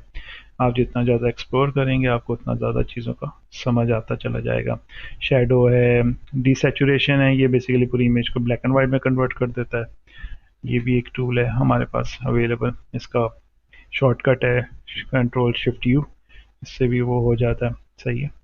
और फिर यहाँ हमारे पास फ़ोटो फ़िल्टर है, ये भी कभी कभार यूज़ होता है कि भाई पर्टिकुलर फ़ोटो को वार्मिंग में डालना है, किस में डालना है, तो वो पर्टिकुलर कलर के ऊपर वो ऐसे कि मैं चाहता हूँ कि इसके अंदर ग्रीन कलर बढ़ा दूँ, ग्रीन कलर का एक हल्का सा लेयर इसके ऊपर आ जाएगी जो हर चीज़ को जैसे बढ़ाते चले जाएंगे ये पूरी को ग्रीन कर देगा, कम रखेंगे तो एक हल्का सा एडजस्टमेंट वगैरह कर सकते हैं। जैसे कोई आपने तस्वीर खींची इसके अंदर बहुत ज़्यादा येलो शेड है, तो आपने वहाँ वो उस येलो शेड को सिलेक्ट करके उस पर्टिकुलर कलर को डिसेचुरेट कर दिया या उसको हल्का लाइट कर दिया, इस तरह से इस पर्टिकुलर कलर को पकड़ लिया, उसको उस तरह से रिमूव कर सकते हैं। होप्स हो कि आपको थोड़ा एडजस्टमेंट वगैरह के बारे में चीज़ों की चीज़ समझ आ गई होंगी। तो अब हम चलते हैं अपने दूसरे टूल की तरफ। तो गाइस हम लोग चलते हैं अपने नेक्स्ट टूल की तरफ।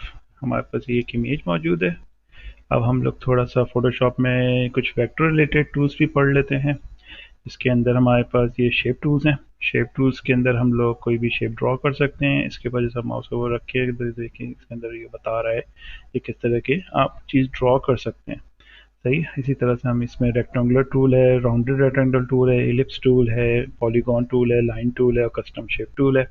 सबसे पहले हम लोग खोल लेते हैं रेक्टेंगुलर टूल, जिसको इस तरह क्लिक करके आप ड्रॉ करेंगे तो ये इस तरह से एक शेप बन जाएगा जो कि वेक्टर बेस होगा। ये कभी भी ख़राब नहीं होगा। आप इसकी शार्पनेस देख सकते हैं इस इमेज के सामने कि मैंने इतना जूम इन कर लिया तो इमेज तो फट गई है लेकिन ये ख़राब नहीं हो रहा है, ये बहुत क्लियर आपको दिख रहा है।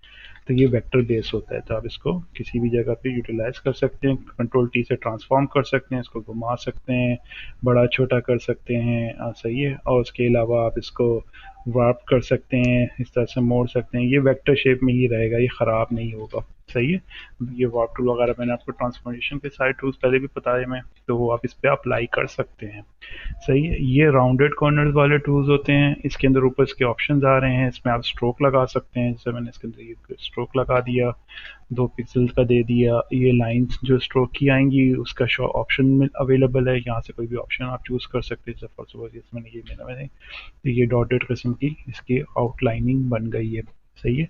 प्लस यहाँ पे जो मोस्ट इंपॉर्टेंट टूल है जो स्पेशली राउंडेड के अंदर है वो ये है रेडियस टूल। ये 5% के हिसाब से यहाँ पे वो रेडियस आपको दिखा रहा है कि ये इतना यहाँ पे जो कर्व आ रहा है वो 5% रेडियस के हिसाब से आ रहा है, 5 पिक्सल के हिसाब से ना। तो यह बढ़ा भी सकते हैं। फॉर सपोज मैं इसको बढ़ा देता हूँ, 35 पिक्सल कर लेता हूँ, तो कुछ शेप इस जैसा बनेगा जो नॉर्मली आपने बहुत जगह देखा होगा। इस तरह के बने हुए शेप्स यूज़ हो रहे होते हैं राउंडेड कॉर्नर्स के हिसाब से, वेबसाइट्स के ऊपर, बटन्स के अंदर, ये सारी चीज़ें।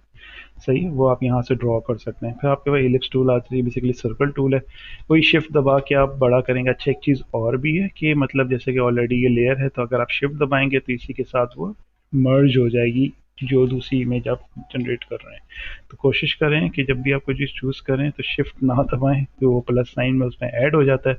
ऐसे ही आप क्लिक करेंगे तो ये अलग लेयर के ऊपर एक इलिप्स बन जाएगा। शिफ्ट दबा के फिर बनाएंगे। अच्छा एक चीज़ और है, इसमें मर्ज करने से पहले बनाने के साथ फिर शिफ्ट दबाएंगे तो ये इसकी प्रोस्पेक्टिव सर्कलनेस बरकरार रखेगा। उसी तरह ये जो अगर आप रेक्टेंगुलर इसके अंदर भी आप शिफ्ट दबाएंगे बनाते हुए तो ये इसको स्क्वायर शेप के अंदर ही कंटिन्यू रखेगा। कंटिन्यू रखेगा और इस तरह से आपका परफेक्ट स्क्वायर बनेगा। अगर नहीं दबाते तो ये फिर आपके पॉसिबल है कि आप इसको लंबा भी करना चाहें, छोटा करना चाहें, लेकिन शिफ्ट दबा देंगे तो ये बिल्कुल परफेक्ट स्क्वायर में चलेगा। सही है, उसका काफ़ी चीज़ समझ आ रही है। उसके बाद पॉलीगॉन है। पॉलीगॉन के अंदर भी हमारे पास ऑप्शन है कि 5 रखना चाहते हैं, 6 रखना चाहते हैं। 6 कर दिए तो 6 कर दिए तो इस तरह का शेप बन जाएगा। फॉर सपोज अब हम इसको 3 कर देते हैं, सॉरी हम लोग इसको यहाँ पे जाके 3 कर देते हैं।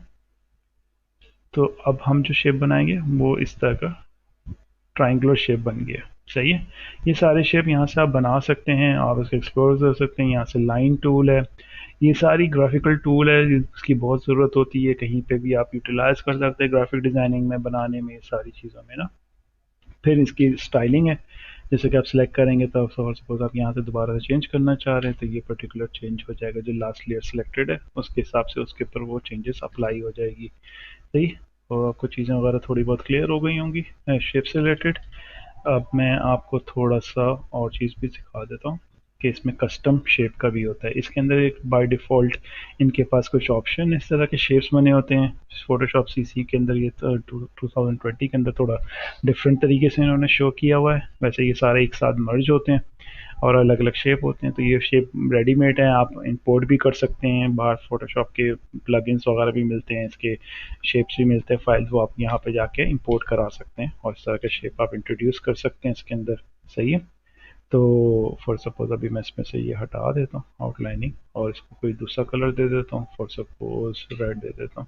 तो ये इस तरह का शेप आप बना सकते हैं। फिर आप इसको ट्रांसफॉर्म भी कर सकते हैं, वार्प कर सकते हैं, छेड़ सकते हैं। लेकिन इसकी सबसे अच्छी बात है कि ये ख़राब नहीं होगा, ये मतलब पिक्सेलेट नहीं होगा। ये मैथमेटिकल टर्म में वेक्टर बेस है, तो ये एज इट इज़ रहेगा, चाहे इसका कितना भी साइज़ आप बड़ा छोटा क्यों ना कर लें। सही, ये हो गया आपके शेप्स के सारे डिटेल्स वगैरह। यहाँ पे भी हमने डिस्कस कर लिया। यहाँ पे आप इसको फर्दर देख सकते हैं, फिल और स्ट्रोक डाल सकते हैं, इसकी टाइप्स डाल सकते हैं। यहाँ पे भी इसकी हाइट और विड्थ आप एडजस्ट कर सकते हैं। यहाँ पे आप इसको बनाते वक्त कुछ है कि भी स्क्वायर में जाना चाहिए, एक पर्टिकुलर साइज में ही बनना चाहिए, तो वो सारी चीज़ें यहाँ से आप सेट कर सकते हैं। एडवांस रिलेटेड टूल्स हैं ये सारे इसके रिलेटेड के। तो ये आपका हो गया शेप टूल। अब हम आ जाते हैं इस शेप टूल के साथ एक और बहुत इंटरेस्टिंग टूल है text tool. Text tool basically कोई भी टेक्स्ट लिखेंगे, ये भी वेक्टर बेस होता है। सही है, वैसे स्मूथ है तो इसको आप शार्प भी कर सकते हैं, तो इसके एजेस थोड़े से शार्प हो जाएंगे। तो ये सारे ऑप्शन है आपके टेक्स्ट रिलेटेड टूल्स के अंदर। सही, अब हम आ जाते हैं अपने पेन टूल की तरफ। पेन टूल फोटोशॉप का बहुत इंपॉर्टेंट टूल है। ये बेसिकली कुछ भी ड्रॉ करने के लिए इस्तेमाल हो सकता है। मैं एक इमेज खोल लेता हूँ इस पर्पज़ के लिए, इस पर मैं आपको दिखाऊंगा तो फिर वो आपको ज़्यादा अच्छा क्लियर दिखेगा। ये करेक्टर है गेम का। सही है, अभी हम काम करते हैं, ये ऑलरेडी वो है, ट्रांसपेरेंट है। तो हम इसको एक बैकग्राउंड दे देते हैं, कोई अच्छा सा बैकग्राउंड कलर दे दिए, फॉर सपोज ये वाला बैकग्राउंड कलर दे देते हैं, ब्लूइश थोड़ा सा। सही है, तो इसको मर्ज कर देते हैं। सही, ये मर्ज हो गया। अब बेसिकली अब हमारे पास पेन टूल है। अब हम फॉर सपोज आपको ये इमेज अलग करनी है तो आप पेन टूल पे जाएंगे। पेन टूल के एक तो आपका सिलेक्शन टूल था जो बिल्कुल एग्जैक्टली उसी तरह काम करता है कि आप यहाँ पे सिलेक्ट करते हैं और डिलीट करते हैं। तो आप ये काम पेन से भी कर सकते हैं। पेन टूल में थोड़ी कंट्रोलिंग ज़्यादा अवेलेबल होती है। सही है, अब यहाँ पे जैसे पेन टूल सेलेक्ट करेंगे तो आपके पास दो ऑप्शन ऊपर अवेलेबल होते हैं, एक पाथ का होता है, एक शेप का होता है। शेप बेसिकली जो भी आप बना रहे होंगे वो शेप में कन्वर्ट होगा, उसकी एक लेयर बनेगी यहाँ पे, वो शेप में इस तरह से लुक बना देगा। ये एक आपका शेप बन गया। सही, आप इसे क्रिएट कर सकते हैं किसी भी तरह का शेप।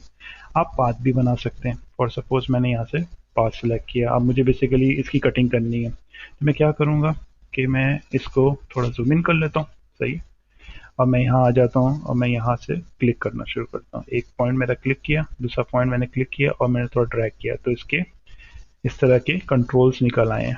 दो डंडे आपके पास आ गए हैं जिससे आप इसको कंट्रोल कर सकते हैं, हैंडल्स को कहते हैं। तो सपोज अगर आपका अगर ये वो हो जाए तो आप ए दबा के दोबारा से इसको सिलेक्ट कर सकते हैं, ये आपके मूवमेंट में आ जाता है। आपने ये सिलेक्ट किया। सही है, अब आप दोबारा से यहाँ से टी दबा के इसके ऊपर दोबारा क्लिक करेंगे तो वो पे क्लिक हो जाएगा और फिर आप कंटिन्यू कर सकते हैं अपने शेप को इस तरह से बनाने में ना। सही। फॉर सपोज मैं अभी इसका जूते ही को सिलेक्ट कर लेता हूँ क्योंकि काफ़ी टाइम लग जाएगा कि मैं सारी की सारी सिलेक्शन लेने जाऊँ।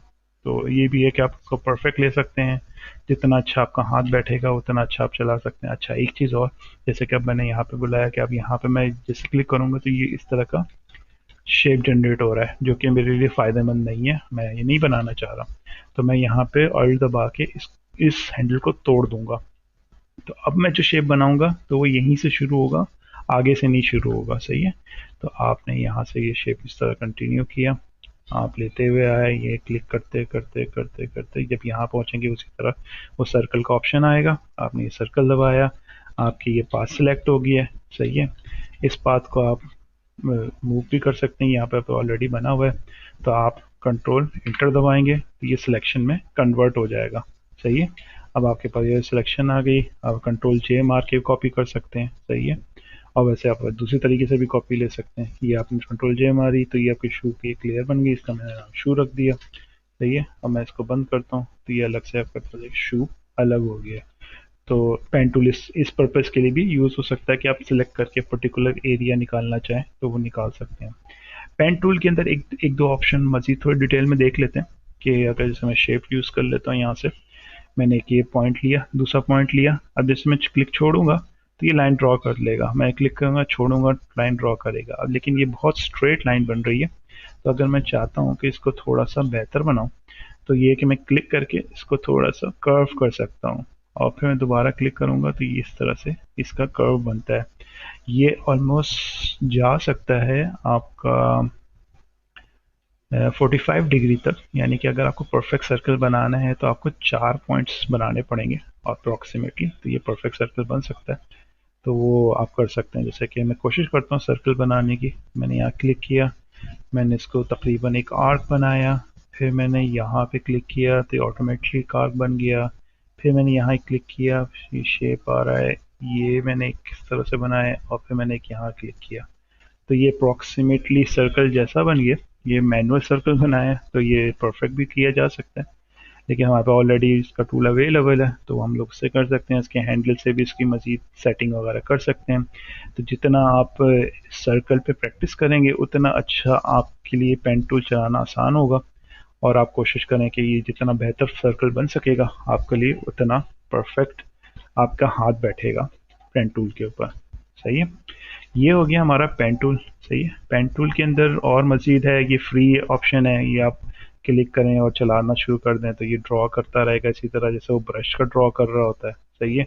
यहाँ ला के छोड़ा तो ये पूरा एक शेप बना दी उसने फास्ट वे में। ये ज़्यादातर आपके पास अगर ग्राफिक टैबलेट मौजूद है, पेन मौजूद है, तो फिर उसमें आप बहुत अच्छे से ड्रॉ कर सकते हैं शेप, और ये वेक्टर बेस्ड शेप बनेगा। इसी तरीके से और भी हैं, ये पॉइंट ऐड करने का है, जैसे कि अगर आपने यहाँ पे एक शेप बनाया है। सही है। अब यहाँ पे आप एक मज़ीद पॉइंट ऐड करना चाह रहे हैं तो वो यही है, इस तरह से बाय डिफ़ॉल्ट भी आ रहा होता है। यहाँ पे क्लिक किया आपने, यहाँ क्लिक किया, एक पॉइंट आ गया, आप इसको बड़ा कर सकते हैं, यहाँ से निकाल सकते हैं। उसी तरह आप ये माइनस भी कर सकते हैं, इस पर क्लिक किया तो ये माइनस हो गया, इस पर क्लिक किया तो ये माइनस हो गया। तो ये सारे पेन टूल के हैं। और ये है कि बेसिकली ये जो आपके स्मूथ एजेस बनते हैं उसको शार्प कट में कन्वर्ट करने का टूल है। सही है। तो ये बेसिकली इस तरह काम कर सके। मैं एक शेप बना लेता हूँ, आपको क्लियर समझ आ जाएगी कि फॉर सपोज, बल्कि एक काम करते हैं, हम लोग ये वाला शेप लेते हैं जिसमें राउंडेड कॉर्नर्स है। सही है।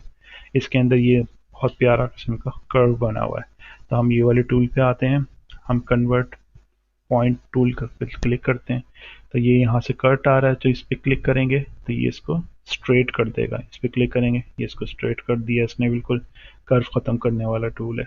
आप क्लिक करते जाइए तो ये बिल्कुल इसकी कर्वनेस को ख़त्म करने वाला टूल होता है। ये पॉइंट्स रिमूव कर देता है कि जैसे कि आप सपोज करें कोई आप इमेज बना रहे हैं, टक टक टक टक टक टक, वो ये इस तरह का शेप बन रहा है पॉलीगॉन वाला ना। अब एक होता है कि आपने शेप बनाया इस तरह से, सॉरी कंटिन्यू हो गया, इसको रिमूव कर लेते हैं। अब मैं थोड़ा थोड़ा सा शेप घुमा के ना इस तरह से कर्व के साथ, तो इसके अंदर बहुत सारे पॉइंट्स इस तरह के हैं जो हैं कर्व के अंदर आ रहे हैं, तो ये रिमूव करने में आसानी करता है कि कोई पर्टिकुलर कौन रिमूव करना है। ये रिमूव कर दिया इसने, ये रिमूव कर दिया, तो इसको पॉलीगॉन लेवल पे ले जाता है। स्ट्रेट कट के अंदर ना आप ये चीज़ यूज़ कर सकते हैं, बहुत जगह काम आता है। आगे चल के आप इसको समझ जाएंगे कि कहाँ कहाँ ये यूटिलाइज किया जा सकता है। सही है। तो ये हमारा हो गया शेप टूल, पेन टूल और टेक्स्ट रिलेटेड टूल, जिसके अंदर आप कोई टेक्स्ट लिख सकते हैं। अच्छा, एक मज़े की बात और बता दूं कि ये जो टेक्स्ट है इसको आप बहुत सारे शेप दे सकते हैं, इसको शेप में कन्वर्ट भी कर सकते हैं। और सपोज मैं इसको 90 पे ले गया। सही है। ये आपके पास, अच्छा मैं थोड़ा सा एक काम करता हूँ, इस इमेज को नीचे कर लेता हूँ और एक बैकग्राउंड क्रिएट कर देता हूँ इसी कलर में, ताकि हमारे पास स्पेस आ जाए। सही है। ये हमारे पास स्पेस आ गई। सही है, ये टेक्स्ट हमारे पास है। अब हम चाहते हैं कि इसको कन्वर्ट इनटू शेप कर दें, तो ये यहाँ पे आप इसके ऊपर राइट क्लिक करके भी इस लेयर के ऊपर आ जाए, यहाँ से कन्वर्ट इनटू शेप हो जाएगा। तो ये शेप बन गया है। अब ये आप दोबारा से एडिट नहीं कर सकते, ये शेप में आ गया, लेकिन वेक्टर ही है। अब इसमें पर्टिकुलर आप कोई भी सिलेक्शन ले सकते हैं। अच्छा, A is a shortcut for the this arrow ना। ये एरो बेसिकली पास सिलेक्शन और डायरेक्ट सिलेक्शन के लिए होता है। पास सिलेक्शन पूरे पूरे सेक्शन के सिलेक्ट करता है, और ये पर्टिकुलर डायरेक्ट सिलेक्शन एक पर्टिकुलर पॉइंट को सिलेक्ट करता है। सही है। एक पर्टिकुलर पॉइंट को सिलेक्ट कर सकते हैं। तो ये अगर आप डायरेक्ट टूल यहाँ से सिलेक्ट कर लेते, ये शॉर्टकट है, ये पूरा एक आइकन आ गया, एक पूरा क्या कहते हैं शेप आ गया। अब आप इसको ट्रांसफॉर्म कर सकते हैं, कंट्रोल टी दबाया, ये आपका बड़ा हो गया। शिफ्ट दबा के रखेंगे तो आस्पेक्ट रेशो ख़राब नहीं होगा। अभी इसके साथ जुड़ा हुआ है ना, इसके साथ इसकी एक ही शेप में काउंट है, लेकिन आपने पॉइंट पकड़ के सिर्फ इसको एडिट किया। सही है। तो ये बड़ा हो गया। अब दोबारा से आपने इसमें टी दबाया, कंट्रोल टी, तो ये ऑप्शन आ गया। आप इसको घुमा सकते हैं और इससे भी मुख्तलिफ शेप बना सकते हैं अपनी ग्राफिक्स के अंदर। इसको ले जाके टेक्स्ट को यूटिलाइज कर सकते हैं मुख्तलिफ चीज़ों के अंदर, ये सारी चीज़ें कर सकते हैं। फिर ये अगर इसको आप ए दबाएंगे तो इसके पॉइंट्स अवेलेबल हैं, तो आप इस पर्टिकुलर पॉइंट को डिलीट कर सकते हैं डिलीट दबा के, या पेन टूल ले लें, पेन टूल से आप इसको कनेक्ट कर लें, तो ये इस तरह भी कर सकते हैं, या इसको एडिट कर सकते हैं। पेन टूल से मैं पॉइंट बना के इसको लंबा खींच दिया। तो इस तरह के बहुत सारे ऑप्शन से के साथ आप प्ले कर सकते हैं, इससे आप चीज़ें ड्रॉ कर सकते हैं, आइडियाज़ अपने बना सकते हैं मुख्तलिफ़ किस्म के। तो ये आपका सारा वेक्टर रिलेटेड टूल है, जिसके अंदर हमने अभी कवर किया शेप टूल को कवर किया, हमने हमने पेन टूल को कवर किया, हमने टेक्स्ट टूल को कवर किया, और इसके पॉइंट पकड़ने के लिए हमने ये डायरेक्ट सिलेक्शन टूल को भी डिस्कस कर लिया है। तो ये हमारे सारे फोटोशॉप के अंदर वेक्टर रिलेटेड टूल हैं, जो हमारे ड्रॉ करने के लिए, क्रिएट करने के लिए इस्तेमाल होते हैं। अब हम चलते हैं, सो गाइज अब हम लोग चलते हैं अपने नेक्स्ट टूल की तरफ। उसके लिए हम लोग कोई इमेज खोल लेते हैं, पुरानी इमेज ही खोल लेता हूँ कोई एक। सही है। अब हम डिस्कस करने जा रहे हैं पैराग्राफ, टेक्सटिंग, टाइपोग्राफी, जो फोटोशॉप में की जा सकती है। अभी मैंने टेक्स्ट टूल आपको ऐसे कवर कर ही लिया था, तो मोस्टली अभी इमेज की इतनी ज़्यादा ज़रूरत नहीं है, लेकिन चले मैं कुछ एक लेयर क्रिएट करके इसके ऊपर कोई कलर डाल देता हूँ। कंट्रोल अल्टर बैकस्पेस, और इसको थोड़ा सा लाइट कर देता हूँ, तो कुछ इस जैसा इफेक्ट जनरेट हो जाता है। सही। दोनों लेयर को मर्ज कर देते हैं और इसको रिलीज़ कर देते हैं। सही है। एक हल्का सा आपके पास बैकग्राउंड आ गया, जिसके ऊपर आप कोई टेक्स्ट लिख सकते हैं। सही है। अच्छा, टेक्स्ट टूल के अंदर एक और ऑप्शन है जो हमने पूरा डिटेल में नहीं डिस्कस किया था, कि हॉरिजेंटली भी लिख सकते हैं, वर्टिकली लिख सकते हैं। सही है।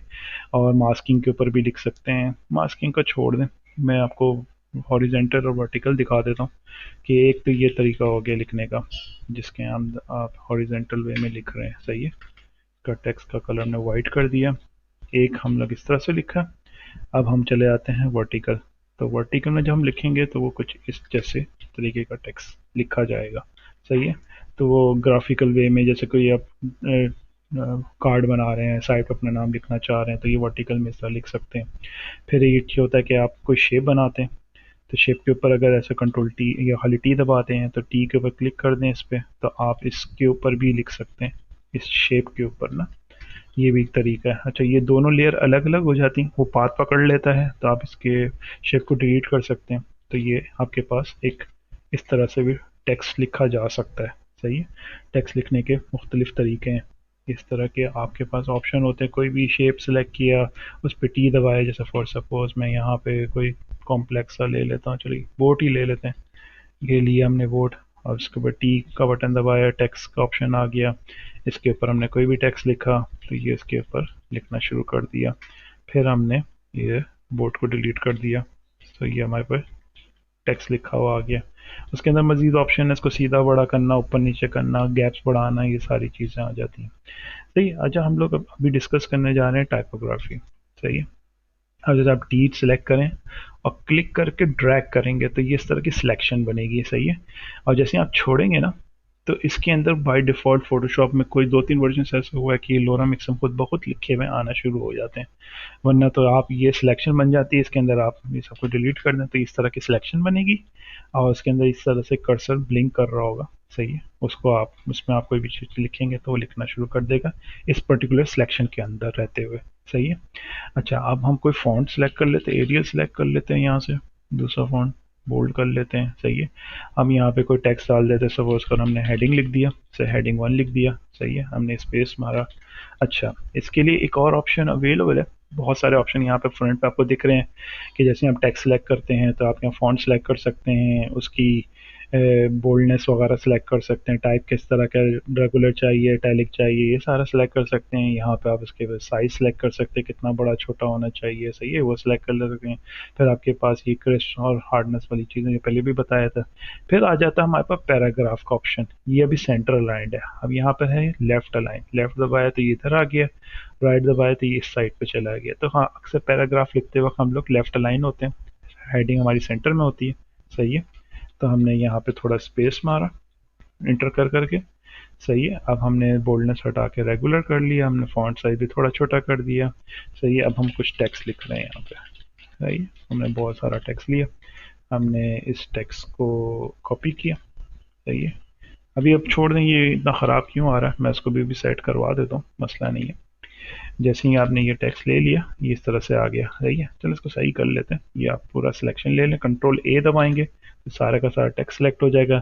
यहाँ इसकी प्रॉपर्टीज़ आ रही हैं, यहाँ पे भी वो सारी चीज़ें रिपीट हो रही हैं। यहाँ पे आपके पास 2-3 ऑप्शन है, जैसे एक तो फॉन्ट का ऑप्शन आ गया जो कि यहाँ पे नहीं आ रहा, वो मैं दिखा रहा हूँ। ये स्पेसिंग बता रहा है कि ए और दूसरे ए के दरमियान में कितनी स्पेसिंग रहती है। तो यहाँ से आप जाके ऑटो कर दें तो ऑटोमेटिकली जो उसकी स्पेसिंग होगी वो सिलेक्ट हो जाएगी। अब ये हमने ज़्यादा स्पेस रखा था, हमने बैक स्पेस दबा के टेक्स्ट को ऊपर ले आया। सही है। अभी ये पैराग्राफ सेंटर अलाइंड हुआ हुआ है, इसके यहाँ पे ऑप्शंस आ रहे हैं, left align, right align, centre. सही है। एडजस्टमेंट के हैं, ये टेक्स्ट इस तरह से एडजस्ट कर देगा कि लास्ट लाइन आपकी लेफ्ट से कट के ख़त्म हो रही हो। सही है। उसके बाद ये है कि आपके सेंटर में ख़त्म होना चाहते हैं, सेंटर जस्टिफाइड होना चाहिए तो इस तरह सेंटर जस्टिफाइड हो रहा है। राइट जस्टिफाई तो राइट जस्टिफाई, ओवरऑल जस्टिफाई करना है कि बिल्कुल, तो ये इस तरीके से इसको जस्टिफाई कर लेते हैं। अच्छा, इस चीज़ का ऑप्शन को आप कंट्रोल टी से भी खोल सकते हैं। ये यहाँ पे करेक्टरिस्टिक मजीद डिटेल आ गई है, मतलब आपके पास 3 स्टेजेस होते हैं टेक्स्ट के। एक इस मिनी है जिसके अंदर आप फॉन्ट वगैरह सेलेक्ट कर सकते हैं। दूसरा प्रॉपर्टी, यहाँ पे आपको थोड़ा और ज़्यादा ऑप्शंस मिल जाते हैं। सही है। फिर आपके पास एक ये है कि आप इसको इस तरह से भी खोल सकते हैं और इसको यहाँ रख सकते हैं बराबर में। काम करते वक्त जो आपको चेंजेस करनी है वो सारी चीज़ें यहाँ पे भी अवेलेबल है, यहाँ पे भी है, दोनों जगह से आप यूज़ कर सकते हैं। फोटोशॉप ने भी इधर प्रॉपर्टी का ऑप्शन दे दिया तो उन्होंने यहाँ पे इसको यूटिलाइज कर लिया। सही है। अब जैसे कि आप यहाँ पे सिलेक्ट कर लें थोड़ा, और यहाँ कलर का भी ऑप्शन है तो आपने कलर चेंज कर लिया। अच्छा, कोशिश करें कलर ऐसा रखें जो बैकग्राउंड से अलग कंट्रास्ट में हो ताकि रीडेबिलिटी के इशू ना आए। सही है। या जैसे बिल्कुल हम डार्क में ले जाते हैं तो डार्क भी थोड़ा सा पढ़ने में आ जाएगा, लेकिन क्योंकि बैकग्राउंड हमारा डार्क है तो हमारे लिए बेहतर ये है कि हम इसको वाइट में ही रखें तो आपका टेक्स्ट ज़्यादा क्लियर दिखेगा। सही है। एक तो ये चीज़ आ गई। फिर पैराग्राफ के ऑप्शन आपने देख लिए, फिर पैराग्राफ की स्पेसिंग आप यहाँ से सिलेक्ट कर सकते हैं, कम ज़्यादा कर सकते हैं। सही है। टेक्स्ट को अंडरलाइन करना है, एक पर्टिकुलर एरिया को सिलेक्ट किया आपने, दबाया तो इसके नीचे अंडरलाइन आ गई हेडिंग के नीचे। इसको आपको अटैलिक करना है, यहाँ से आपका अटैलिक हो जाएगा। सही है। ये एक हार्ड अटैलिक होता है। अगर फॉन्ट अटैलिक अवेलेबल नहीं है आपके पास तो यहाँ से आप फोटोशॉप के हार्ड अटैलिक यूज़ कर सकते हैं। हार्ट आप इसको बोल्ड कर सकते हैं तो, और इसके बाद आपको ऑल कैप्स में ले जा सकते हैं, ये पूरा कैप्स में ले जाएगा। ये आप इसको थोड़ा छोटा कर सकते हैं कि मेन जो फर्स्ट टेक्स्ट है वो बड़ा हो, लास्ट टेक्स्ट बड़ा हो। तो इस तरह की एक स्टाइलिंग होती है, वो सारी चीज़ें हैं। फिर ये है कि जैसे कब आपने नंबर्स को सिर्फ छोटा करना चाह रहे हैं, पावर दिखाना चाह रहे हैं तो वो भी किया जा सकता है। एक मिनट, इसको मैं नॉर्मलाइज कर लूँ पहले। सही है। ये आ गया आपका नॉर्मल। 1 की मैं सपोज कर 2 है स्क्वायर, इसको दिखाना चाहिए कि भाई स्क्वायर में जाना, तो यहाँ पर बटन दबाया तो ये इस तरह से ऊपर पावर में चला गया। इसकी हेडिंग और लाइन हटानी है तो इस तरह से अंडरलाइन हट के स्पेस ऐड कर दिया। ये सारी चीज़ें हैं। आप इसको क्रॉस करना चाहते हैं तो ये दबाएं, इस तरह से ये लाइन सारी क्रॉस हो गई। ये हमेशा ख्याल रखा करें कि कुछ भी चीज़ अप्लाई करने जा रहे हैं तो सिलेक्शन पे रख के इसको अप्लाई करें, तो उस पर्टिकुलर एरिया पे अप्लाई होगा। अगर आप सिलेक्शन नहीं रखते तो ये पूरे के पूरे पैराग्राफ के ऊपर अप्लाई हो जाएगा। सही है, जैसे कि अगर वो सिलेक्ट ऑर्डर नहीं आ रहा और आपने जस्ट न्यू करके क्लिक किया तो ये सब के ऊपर अप्लाई हो जाएगा। तो इस चीज़ का ख्याल रखा करिएगा। सही है। तो आई होप कि मैंने आपके पैराग्राफ वगैरह के बारे में भी काफ़ी चीज़ें कवर अप कर ली हैं। तो ये सब यूटिलाइज होते हैं हमारे फोटोशॉप के अंदर। टेक्स्ट लिखना होता है, पैराग्राफ लिखना होता है, ये सारी चीज़ें आप यहाँ से एडजस्ट कर सकते हैं, समझ सकते हैं, चला सकते हैं, बना सकते हैं, वॉट एवर जो आपको ज़रूरत पड़े जिस हिसाब से। और ये डेफिनेटली वेक्टर होता है, इसकी एक अपनी लॉजिक होती है। जैसे कि अगर हेडिंग है तो उसके कैपिटल में रखना है, पैराग्राफ है तो स्मॉल लेटर्स में होना चाहिए, अनबोल्ड होना चाहिए, ये सारी चीज़ें आप यहाँ से देख सकते हैं। अब हम आ जाते हैं अपने दूसरे टूल की तरफ। दूसरा टूल हमारा ये है कि फॉर सपोज कि हमने ये एक ग्राफिकल डिज़ाइन बना लिया, हमारा एक बैकग्राउंड है, एक हमारा टेक्स्ट है। अच्छा, एक और चीज़ है, जिस तरह हम लोगों ने यहाँ पे इसको सेंटर लाइन किया है, उसके अलावा भी यहाँ पे हमारे पास कुछ जनरल ऑप्शन ऊपर अवेलेबल हैं जो कि अभी डिसेबल्ड है। उसमें तरीका ये होता है कि जैसे कि आपने दो लेयर सेलेक्ट कर ली तो वो उस लेयर के हिसाब से कंपेयर करके उसकी एडजस्टमेंट करेगा। जैसे दो लेयर आपने सेलेक्ट की, अब इस हिसाब से मैं चाहता हूँ कि बिल्कुल सेंटर में हो जाए, तो मैंने ये वाला बटन दबाया तो सेंटर में आ गया वर्टिकली, और ये हॉरिजेंटली सेंटर में आ गया, वर्टिकली सेंटर में आ गया, हॉरिजेंटली सेंटर में आ गया। यहाँ से हम लोग इस तरफ भी एडजस्ट कर सकते हैं। ये सारी एडजस्टमेंट्स अवेलेबल हैं यहाँ पे। सही है, स्टेजेस वाइज। तो अब मैंने सेंटर कर लिया, ये हमारी ग्राफिक तैयार हो गई। अब हम जानना चाह रहे हैं, समझना चाह रहे हैं कि इसको एक्सपोर्ट कैसे करें या इसको सेव कैसे करें, ये हमने जो भी बनाया है ये हमारा लॉस ना हो जाए। तो एक तो सिंपल तरीका है कंट्रोल एस। कंट्रोल एस दबाएंगे, अगर आपने सेव नहीं किया है तो ये इस तरह की विंडो खुलेगी जिसके अंदर सेव एस का ऑप्शन आएगा। यहाँ पर आप नाम वाम लिख सकते हैं, यहाँ पर आप टाइप सेलेक्ट कर सकते हैं कि आप फोटोशॉप की पीएचडी फाइल में सेव करना चाहते हैं, फोटोशॉप डॉक्यूमेंट में सेव करना चाहते हैं, नहीं आप जिफ बनाना चाहते हैं या वॉट एवर, बहुत सारे ऑप्शन है, जेपैग बनाना चाहते हैं, जो वॉट एवर। तो बेसिकली होता ही है कि हमेशा जो कोई भी काम करें तो उसकी एक कॉपी रिसोर्स फाइल के तौर पे एक कॉपी रखनी चाहिए जो कि पीएचडी फॉर्मेट में हो, एडिटेबल हो, बाद में आप उसको चेंज कर सकें। और अगर आपको वेब के लिए निकालना है ये, तो उसके एक और ऑप्शन है, यहाँ से आप जाएं। सही है, एक तो सेव मैंने बता दिया, सेव एज भी है। सेव करेंगे तो सिंपली जैसे अगर आपने कोई नाम दे दिया, फॉर सपोज सैम्पल रख दिया आपने इसका नाम, तो सैम्पल में जैसा अगर आपने थोड़ा सा यहाँ से चेंजेस कर लिया, आपने इसका कलर चेंज किया। सही है, अब आप जब सेव दबाएंगे तो ये उसी फाइल के ऊपर सेव हो जाएगा। अगर आप कंट्रोल शिफ्ट एस दबाएंगे तो सेव एस का ऑप्शन खुलेगा, ये वाला।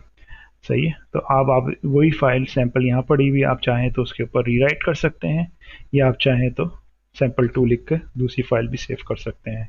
अब आप चाह रहे हैं कि मैं इसको सोशल मीडिया के लिए यूज़ करना चाह रहा हूँ या मैं इसको कहीं ग्राफिकली प्रिंटिंग में देना चाह रहा हूँ, वट एवर, तो उस पर्पज़ के लिए आप यहाँ चले जाएँ, एक्सपोर्ट भी कर सकते हैं। एक्सपोर्ट से यहाँ तस्वीर बाहर जा सकती है, सेव फॉर वेब कर सकते हैं, यहाँ पे सेव फॉर वेब का ऑप्शन है।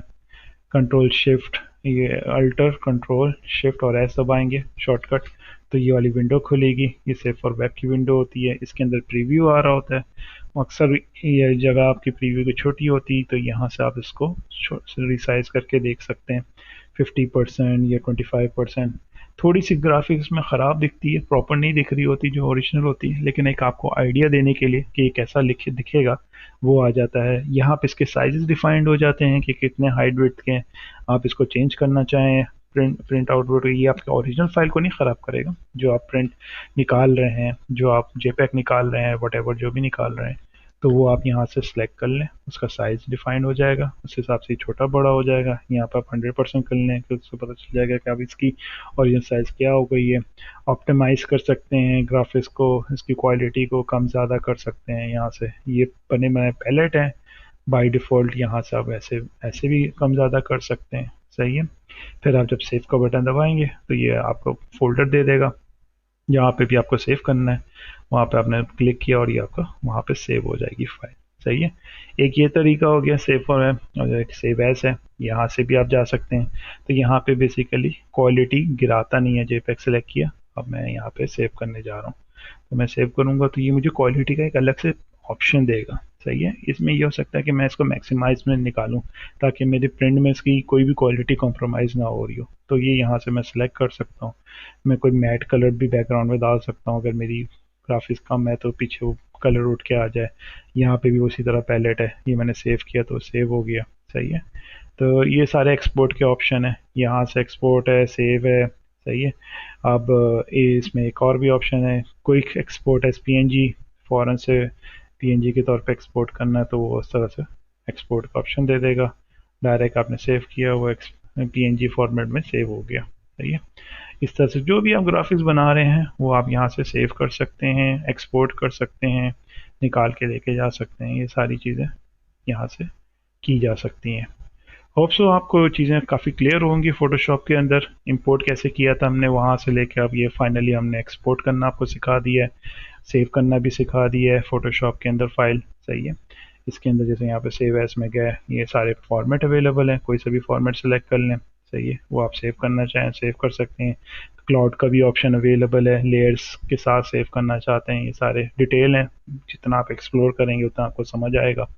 सही है, होप्स हो कि मैंने सारी ग्राउंड चीज़ें कवर अप कर ली हैं फ़ोटोशॉप के अंदर और आपको काफ़ी सारी चीज़ें समझ में आई होंगी।